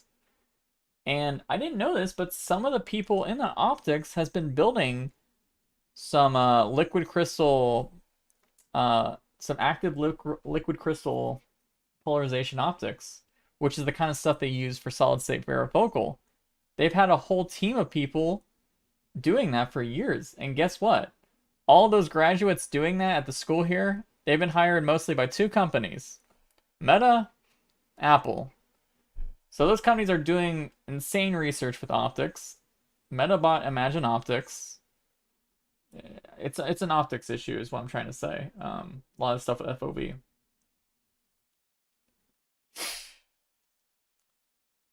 So what is the point of using curved optics? Yeah, exactly. You actually usually do distort the image on this flat screen anyway to improve it for the optics system. I feel you just add way more complexity to a curved display.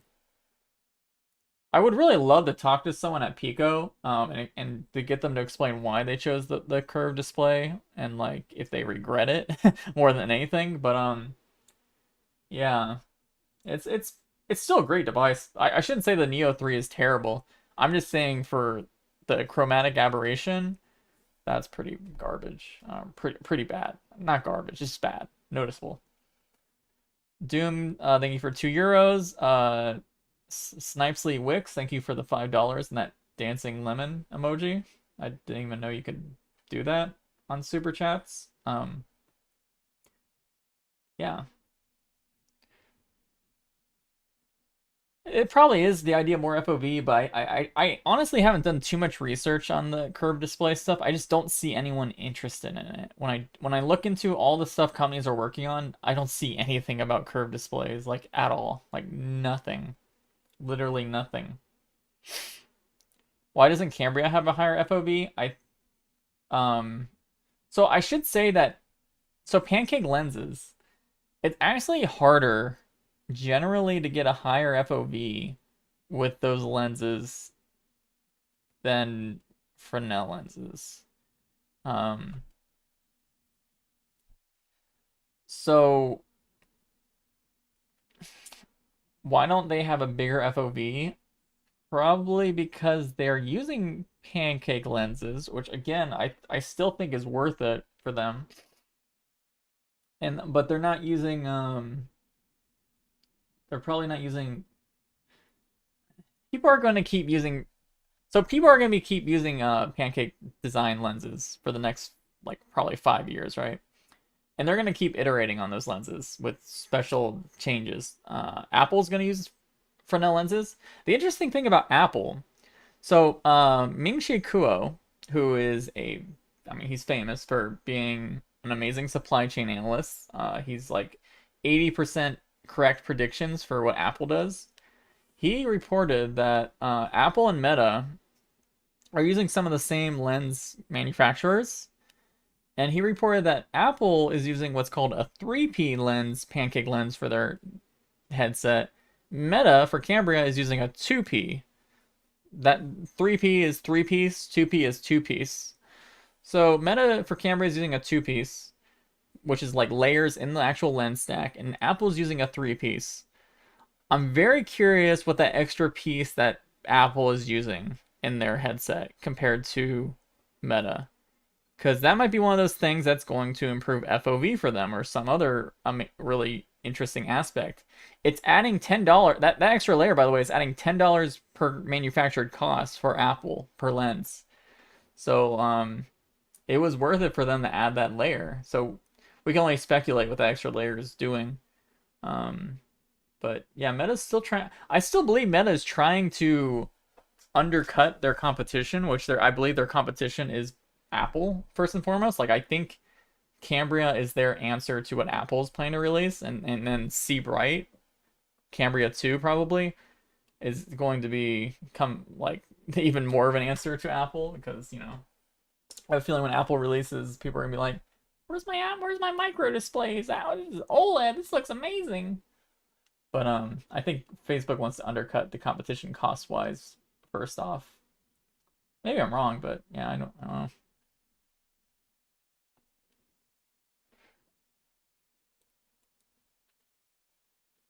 Have you seen Xiaomi's 200 watt? I'm sorry, I know you've been posting this question for a while, but I've been going off. Xiaomi's 200 watt phone charging. Do you think that can be used? That can be ported over to VR?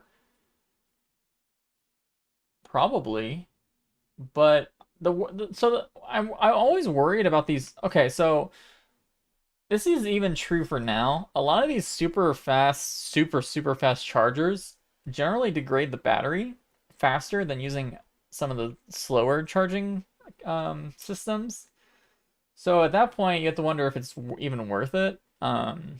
Obviously, it's good if you want to jump back in right away, but I think it's a little dangerous to use like something like a 200 watt fast charger for these batteries because even with the Quest 2, I think I was talking to someone the other day who's had a Quest 2 since the thing launched, which was what, like, was it October 2020?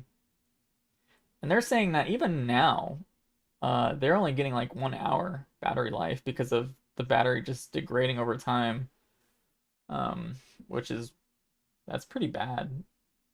I don't. That's obviously a very conjecture case situation, but that's why I go back to like the batteries issue I have. Like having a wire is not always a bad thing sometimes, you know?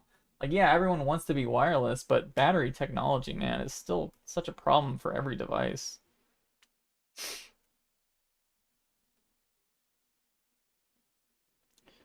What will be using AR for in the near future? What do you mean? Like, sorry, I don't understand your question. What will be using AR? Do you mean like, when you say, do you mean like the clear glasses AR? I think that, so my opinion on clear glasses AR is that is not going to catch on for consumers, even in the next 5 years. Maybe some smart glasses with some basic visuals, like a HUD, might catch on. But I think the glasses AR is going to be enterprise only stuff, like HoloLens still, for the next 5 years mostly. AR for consumer is purely going to be AR through VR. Camera pass-through, AR. And it's going to be so much more amazing than any of these glasses systems can do, guys. Like, way more amazing. You just get so much more processing, so much more, like, cool stuff you can do. You can transition it to VR. Like, it's just going to be way more enticing than just a tiny FOV on a clear glass. Oh, what will be the primary use of AR? Whatever developers want. There'll be a gaming element, there'll be a productivity element, there'll be a entertainment element, there'll be a social element. Oh, can I tell you, what about Verizon jumping on sales for Nreal? So I have an Nreal, by the way. I have the...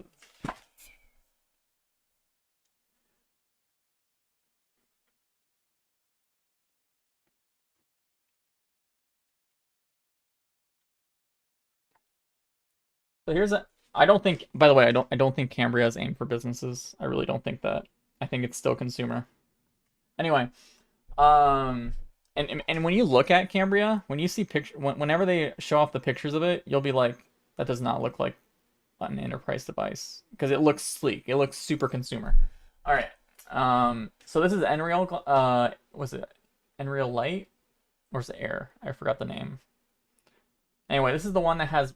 This actually uses OLED micro displays, by the way. There's 2 OLED micro displays in this, made by Sony, and this is not an enticing device. It's like $800, I think. It has high contrast because they're using OLED micro displays, but they're not bright. When you put these on, there's a tiny FOV, maybe like this big. It has some tracking, like can track your environment. You still have a wire. You have to plug it into a phone. But the image is very dim, like super dim, and it doesn't look good because it's also being cut off by the smart FOV. Like this is considered a consumer AR device, and it's using OLED micro displays, which is crazy. But I never use this. It's not interesting for me at all. And they're heavy. They're very front heavy too. You don't want to wear this for a while because if you start like moving your head around, they're gonna fall off. That's why they have this little thing here where you're supposed to like clip the wire on the back so it stays on your head better, so it becomes more like a headband. But yeah, this is like a consumer-friendly AR device, and it's no one's gonna buy this and use it, in my opinion. Like they might try it at a trade show and be like, oh yeah, that's kind of neat, but they're not gonna want to use this a lot. So there's still so many problems with AR.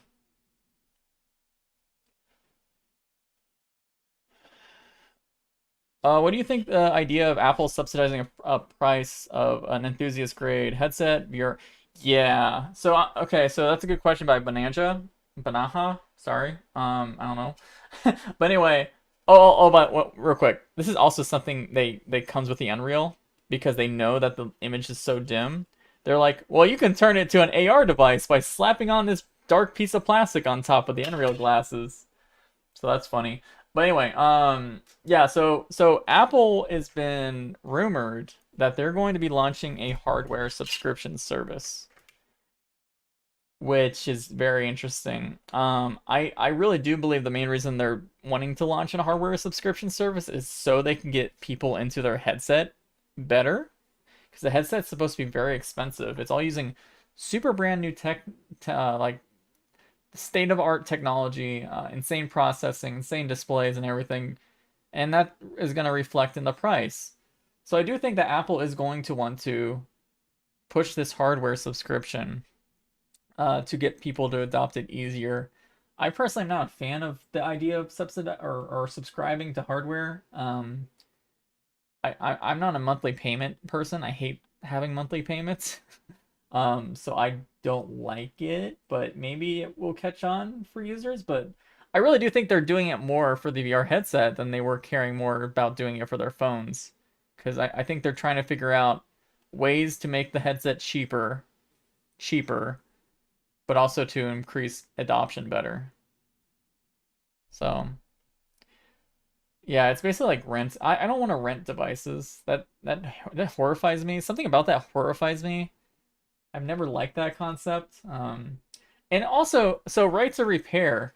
So right to repair is something that's been finally catching on very well around the world. The idea that, hey, you buy something, you have the right to repair it with anyone you want. You know?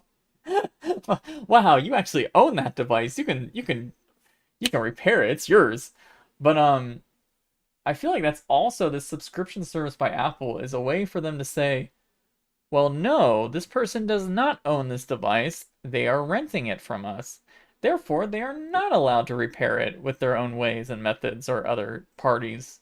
You know, like, so I get a little skeptical about that too. Anyway. Sorry for asking, do you know anything about more of the software overall? I just know Steam VR is getting huge, insane updates right now. Like this whole week, Valve's been crazy busy. I know that's not what you mean by software, but yeah. A lot of companies are working hard on PSVR content. I've heard that I don't know how true this is, but I heard a rumor that there's 300 games or ports being in development for PSVR 2. I heard that from a very reliable PlayStation leaker, and that's insane. Think about 300.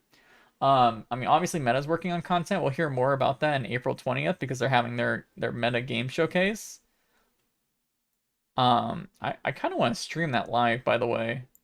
Would you guys be interested in that if I streamed my like live reactions of that showcase? I'm kind of wondering if I should do that.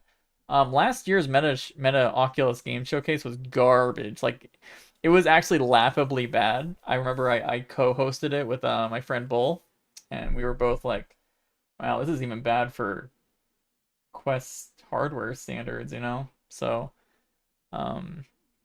yeah, I don't know. Again, Tyler McVicker is planning to release a video this week about apparently there's some data mined information about Half-Life X or HLX, which is going to be a VR game. It's a half. Apparently, it's going to be the continuation of the stuff they've been doing for Alex, and they're making a whole new game. Valve is for PC VR in the Half-Life universe again. So that's cool. Good to see. Yeah, but it sounds like everyone wants me to stream it, so I probably will stream it. Even though it'll be interesting to see the viewership I get for that, because I generally don't stream or talk about software on this channel. Obviously, it's mostly hardware, so that will be interesting. Yeah, you know, it's actually been good that I've not focused on software in this channel because there's just been a very dry period of software, so I don't feel like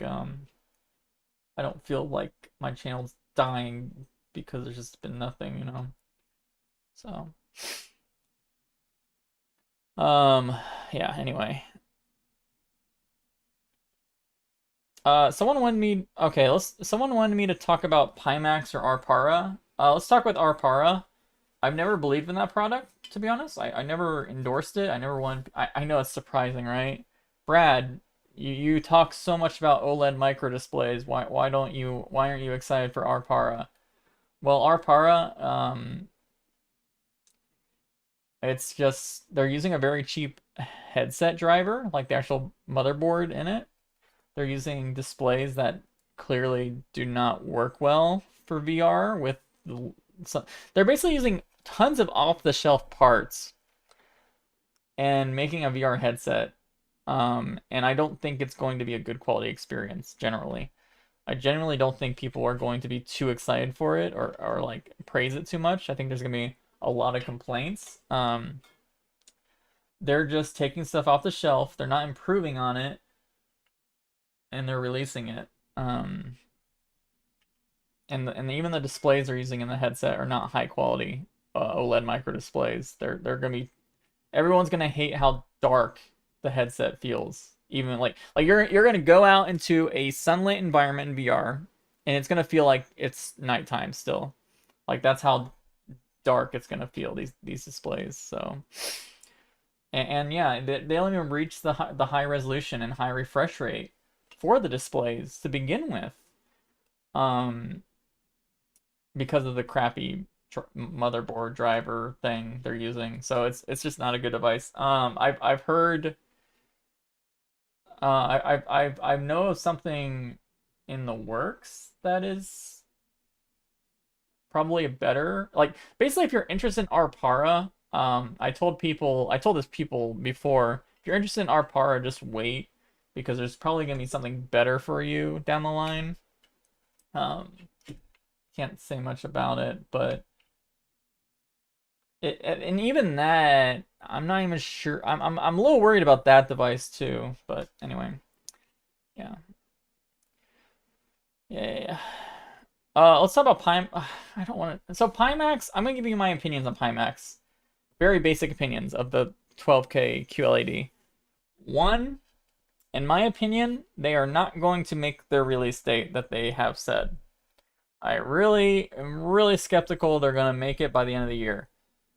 Based on the progress they've talked about on MRTV, Sebastian's stream, not feeling it's gonna be ready in time.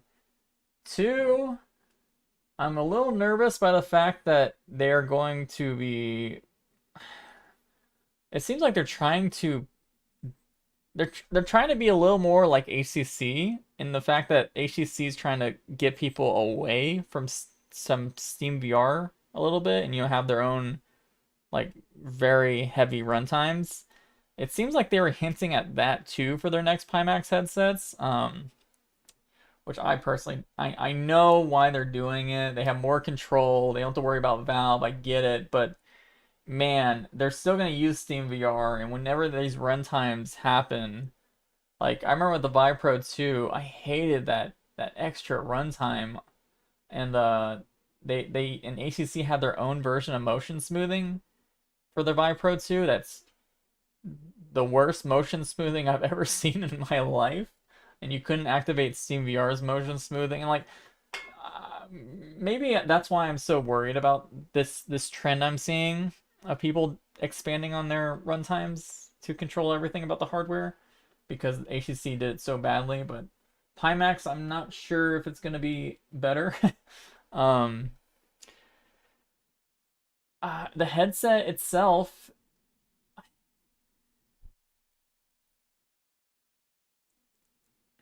I'm not sure. I'm very. It just, I think they can build it. That's not the problem. I think they can build the standard headset, no problem. I think they'll be able to do it. Will it be the best headset on the planet? Like, will it be able to have no artifacting or anything? I think that's a little. I don't know. I think my biggest opinion is I think they're gonna miss their target for release date more than anything. I think they're doing some cool stuff. I think they are over-promising again, and I hate when they do that. I think it's very bad for that company to just over-promise all these features they're gonna add later on, like accessories and stuff. I just their scope is too big. Yeah, I don't know. Sorry. They're a well-funded company. Like, don't get me wrong. Like, this company, Pimax, they're well-funded now, but they're still not a large company that should be having such a large scope, in my opinion. It's already April and they haven't even finalized the product. Exactly. Exactly. it doesn't sound like it's gonna reach its target for sure. Yeah.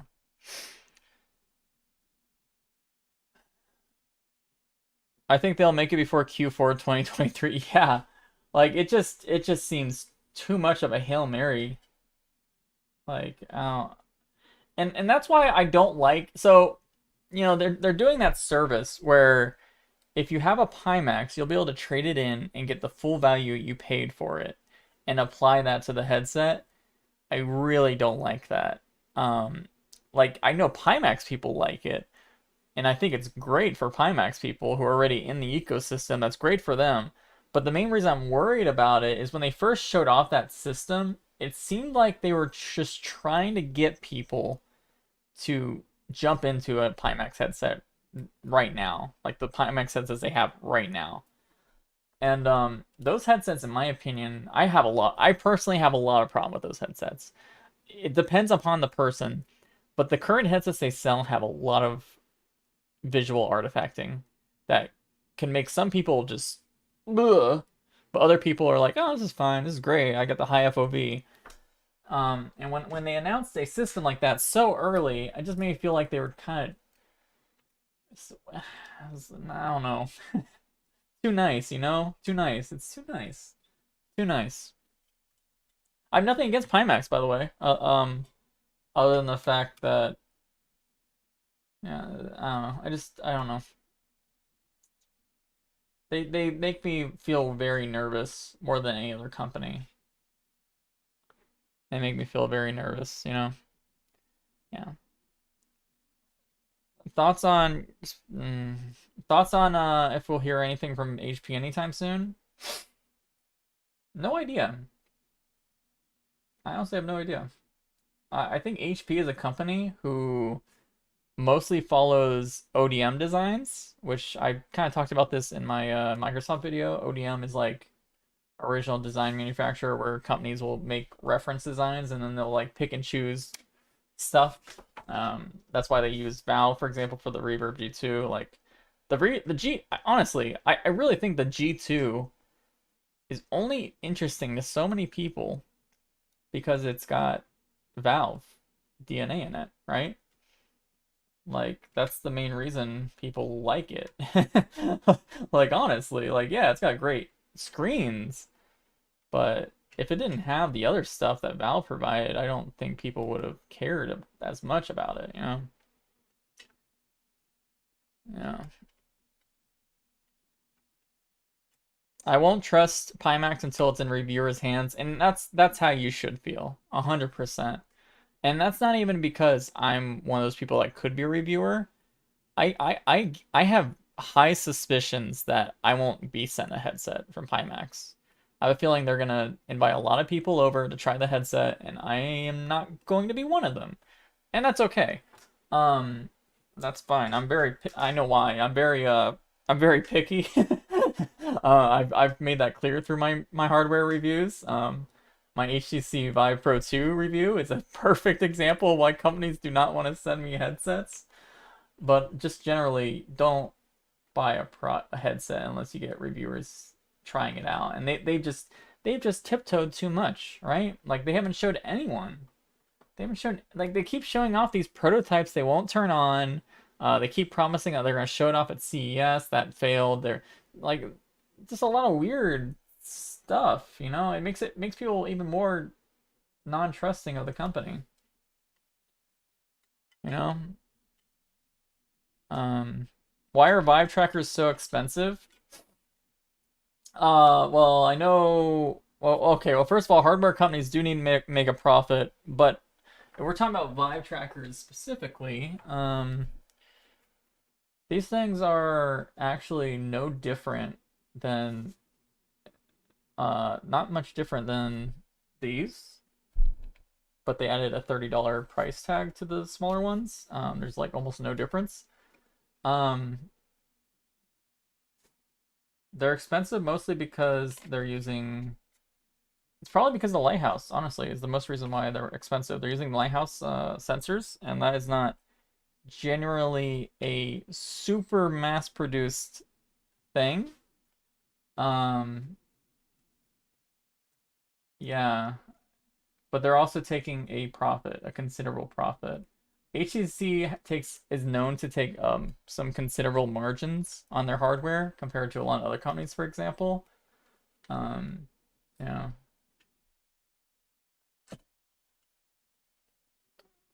Yeah. When are we getting a Quest 2 killer? Probably never. Like, are you talking about a cheap $300 device that does everything? Probably never. I think every company that's jumping into the hardware ring that I talk about, they're all going to be targeting the price range of Cambria, of Valve's next headset. Like, I think it's gonna be a battle of, I don't even want to say enthusiasts, but like high feature consumer hardware. Yeah.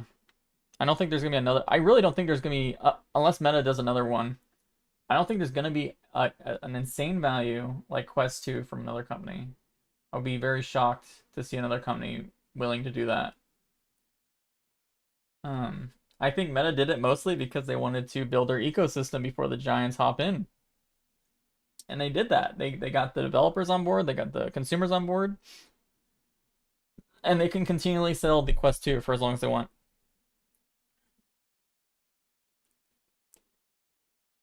Like even the PSVR 2, for example, the PSVR 2, it's still going to be different than people buying a Quest 2, because Quest 2, you buy it, everything is, you're good to go, right? You get, all of it's on board. But even for the PSVR 2, people are going to buy a PS5. And that headset is probably going to be a good value. But you still need to buy the PS5. You know, it's like, I don't know if there's going to be something like a Quest 2 competitor in price range. Google could do it. They could do it. They definitely could do it, but will they? Will Google do it? Seems like Google's gonna be like a little bit later than some of these other companies. Google feels like they just restarted their XR ventures. They're starting it big, like strongly, but it feels like their device might be 2 years out. And I honestly think the XR in industry and like the overall, I think the XR industry is going to change insanely by 2 years. What is it? April 1st, 2024. I really believe the XR industry is going to look totally different than it does today. Like, totally different. I don't think people are going to be talking about cheap Quest 2 devices. I don't think they're going to be talking about lack of software. I think it's going to be like, I think it's going to be insane constantly. Obvious progress all the time. Yeah.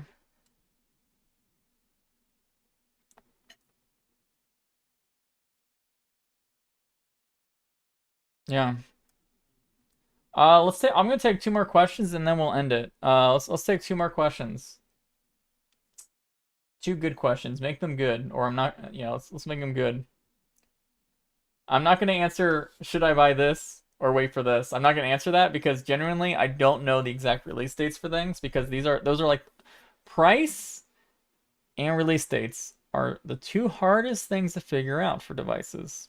They're really impossible because it depends on how much, well, first of all, it depends on how much subsidization companies want to do. And then for release date, that's really based on when companies say go mass produce. Like even Cambria is in its final model. They can send that final revision to their mass production lines and it could be out in 2 months. Or they could be like, well, hold on, we want to get a lot more software done. Wait, hold off, or you just don't know with those sort of things, honestly. Oh, there was one. Okay, here, okay. I'm going to answer two questions, and I'm going to tell you guys an amazing idea that I think Valve should be doing right now to replace Steam VR Home. Or improve it. Okay, but I'll answer two questions first. Is this stream secretly an April Fool's joke? No, that's not one of the questions. That doesn't count. What is better, micro OLED or micro LED? Okay. So that's a great question. Micro LED, the promise of micro LED is better than micro OLED. But today's world, technology, where things have matured, the use case, if we're talking about flat panels for VR, AR, MR, like mixed reality, opaque pass through, OLED microdisplays are a very mature technology. You can get up to like 4K resolution, large display sizes. You can mass produce them, no problem. Micro LED, nowhere near that. Nowhere near that. Maybe in 10 years though. Maybe even 5 years. I'm not sure, but let's just say 10 years now to be safe. Micro LED could eventually replace micro OLED and be way better in every single way. Way better. But right now, it's nowhere near. You're going to see micro LED mostly for like the smart glasses first. You're not going to see them for VR devices. Like, no way. Yeah, impossible right now. That was a good question. Thank you. VR chat party or Neos after? No, my wife just got off work and it's Friday night, so we're probably going to go out to eat or something. Not sure yet. And I spent 3 hours in Neos before this, so if you are interested in like joining like VR game nights or like Neos game nights, I let anyone in my Discord join.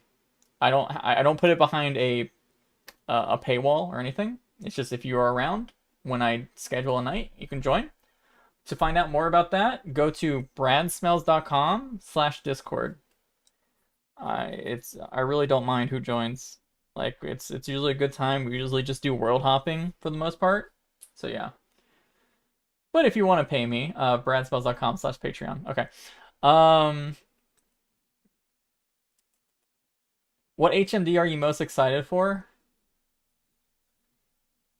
Obviously, whenever Deckard comes out, I know that's the headset I'm going to forever want to use. It's gonna have a. I do no work. I am so thankful for Valve for working on this headset clearly and all the stuff for it. I just report on it and like the leaks and strings for it.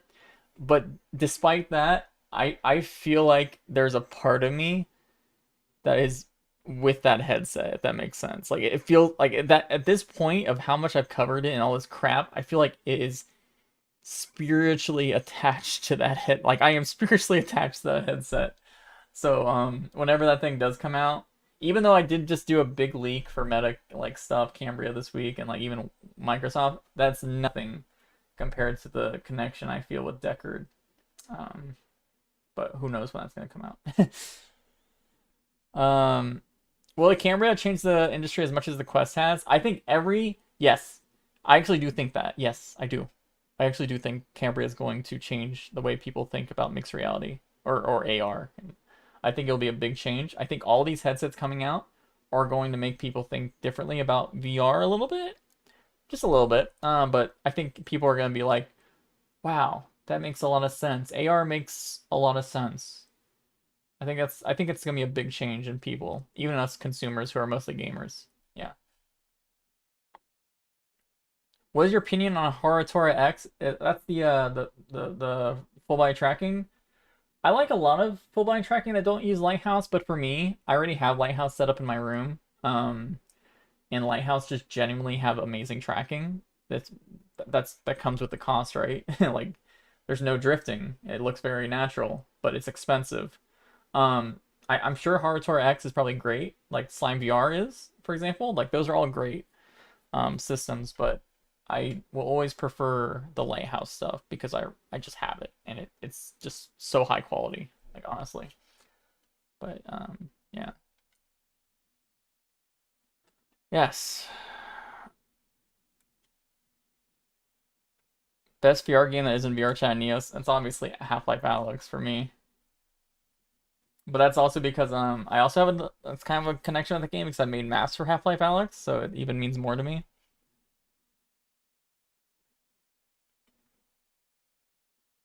Yeah. You just hope QC is better for Valve stuff? Yeah.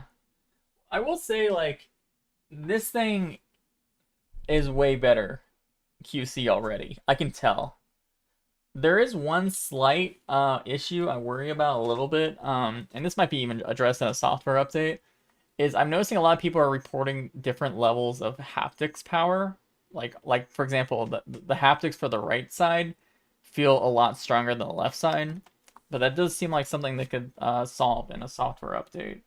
But this thing feels good. Like, it feels sturdy, built. Hopefully I'm not jinxing anything, but so far feels really good, like overall quality. So hopefully they even Valve does not want to have things that break all the time, guys. You know how expensive it is to replace something for free? That's so expensive for a company. Valve does not want to release crappy hardware. Yeah. Do you prefer standing? I prefer standing in VR, not seated. 100% standing. 100% standing. You getting the sticky V button? No. No, I'm not. No, I'm not getting that. Socks on or off? I don't wear socks ever. I hate wearing socks. I am a sandal wearer. Okay. Um, wait, actually, wait, Valve actually cares post-launch things? Yeah, honestly, this is one thing. Okay, if you want my real quick opinion of the Steam Deck, let me give you my real quick review, because I'm probably not gonna make a video about it. Um, so the Steam Deck, I love this thing. It's actually made me play games that I've gave up playing for years. Like, I would never play platformers. I would never play third-person games or like anything. Um, I just never found it. I just never wanted to. Like, I don't know. Maybe because I had to set up my console and look at a TV or my monitor, and I don't know. This thing, though, has rekindled my love for genres I've pretty much abandoned. Being able to lay in bed and play those games has made me just want to play them more. You know what I mean? However, I will. Oh, and also, I love the touchpads so much. The touchpads are so cool. So cool. I love them on this thing. I use it. When you go on desktop mode, which is basically you just load into the Linux desktop, these touchpads to navigate things are so much. I like them better. I like using these touchpads better than moving through an OS with touchscreen directly. It feels way more natural for me. I love the touchpads. Okay, but everything else, what do I hate about this device? The software does feel very incomplete. Like, it really does. Like, honestly, the actual, like, not the OS, but the Steam. You boot into a special version of Steam that's like called tablet mode. It definitely feels very work in progress in a lot of ways. But the thing I hate the most probably about that is it's very laggy for people. So if you have a lot of games on Steam, the more games you have, the laggier that tablet mode will be for you. So and I tested this. I made a new Steam account, and then I navigated through the tablet mode, or like the Steam Deck UI. It was so fast and so fluid. And then I switched to my account, which has a bunch of, like, I have over 500 games, right? I have over 500 games. Super, super, like, it just feels like very delayed trying to go through all my games.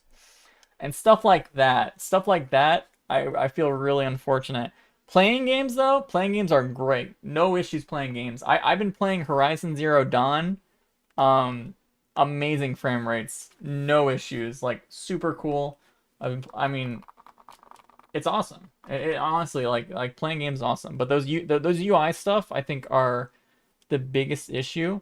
They also just add, so they have a new keyboard system for the Steam Deck UI, and they just added thumb pad support. If you've been around Steam VR for a while, you might remember that okay, I'm talking about like Vive days, like HTC Vive days. So the Vives had two big round touchpads, and the keyboard for Steam VR, you can control, you can move one cursor over the left side of the keyboard, and then the right side, you can like type with the touchpad and stuff. I love that about I used to love that about Steam VR. They just added that to the brand new keyboard. Super, oh, so good, so good. I was so sad when they removed that from Steam VR around when Index came out. Like, I love that feature. It's super good, super nice. Yeah, it's Steam controller did it too. Yeah. The Steam controller, yeah. But now they made the new keyboard do it. It's just super nice. Do you think XR headsets should invest in LiDAR tech? Yeah, I think they will. I think a lot of them will use LiDAR. Sorry, I said LiDAR. Yes. I think automatic mapping of your environment is going to happen. I think automatic mapping of things in your environment is going to happen a lot. And a lot of those things will benefit from LiDAR sensors. Even Apple, I think they already have orders from LG Innotek, I believe, for their VR headset is going to have LiDAR sensors in it. And yeah, it makes sense. The more cool aspect of the MR is the idea of being able to map your environment and create a play space instantly to invite your friends to your room. I thought that would be a cool concept, even if it's not used that much. Like, you can do photogrammetry with LiDAR on your iPhone. If you can do that with just your VR headset by just having it tell you to walk around and look at objects, that'd be super cool. So, anyway, have we seen anything new about new Knuckles controllers? I talked about that earlier in the stream. All right, let me tell you my idea for what Valve should do with Steam VR Home. So one thing, and let me tell you the reason why I thought about this recently. So in the files, and I went over this in my video. You go in your files, you go to resources, you go to web interface, dashboard, images, icons. There's a brand new icon here. Where is it? Yeah, this one right here. Icon Theater Large. Where'd it go? I already lost it again. This right here. Icon Theater Large. I didn't really go into it much, but I kind of said it was a video player. What I think it might be, honestly, is Valve might be completely redoing the Steam VR Theater mode. If you know what that is, it's when you launch games, like flat games, like games are not VR, and it like opens up this Unity environment. It's Unity application, and then shows the game on this. It's super old. This application's been in Steam VR since the beginning, and it's been like updated never. So it's really bad. But yeah, like you can the idea is you play VR games in a giant theater. I think they're redoing all of that, so you can do it directly in your dashboard, and maybe even be able to grab that dashboard and then plug it into your space, just like you can with desktop Windows. So I was thinking a lot about this more recently, right? What Valve should do, and this would be good for them from a business standpoint, because yes, Valve has been doing some really cool stuff. Like, they have a platform for VR, right? And eventually they're gonna have a platform. They're gonna have a platform for AR too. Well, let me show you one more other thing. I know I'm all around, back and forth from this. This is not the right one.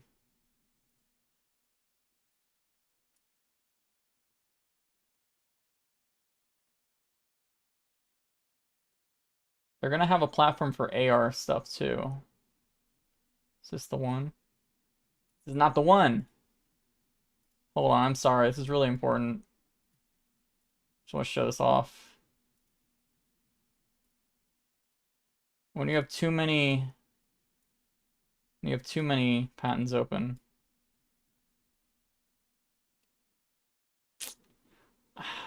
They show. Oh. Here we go. Yeah. So here's a Valve patent. They talk about in-game augmented reality. Well, anyway, they're gonna have a VR. You know, they're gonna provide the platform for VR, AR, but they never really leveraged the fact that they have a huge platform for non-VR and AR games, right? They never really leveraged that. They just had a crappy theater mode app that is out of date, garbage. But they've also been making something called Remote Play Together.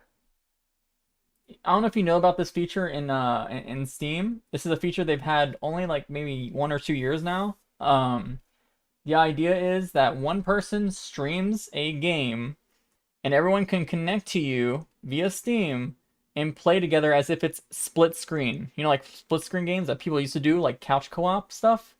You can do that already in Steam. What if they could recreate Steam VR Home to have a giant screen, use this remote play with a giant theater, and invite your friends all to play games together on whatever, in a VR environment?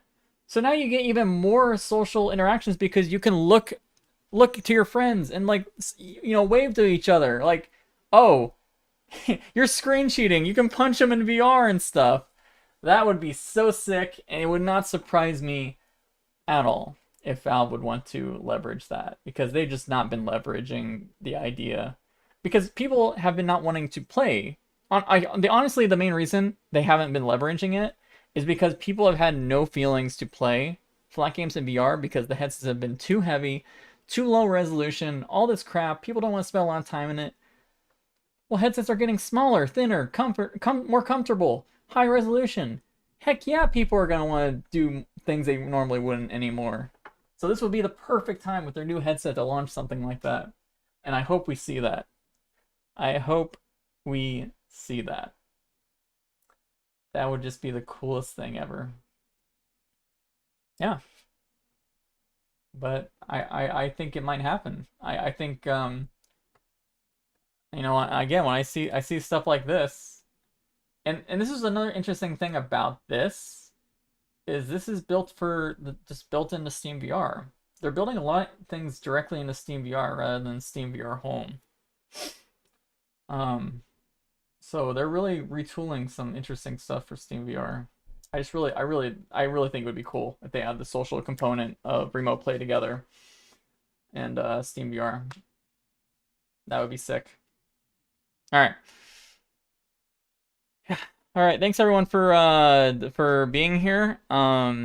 If you want to support my ventures, I know I've been saying this in my videos a lot, but it really does help. bradsmells.com/Patreon. You can there's different tiers. Even if it's just $1 a month, it helps me out a lot. And I would heavily appreciate even just that. It's super nice, super kind. So,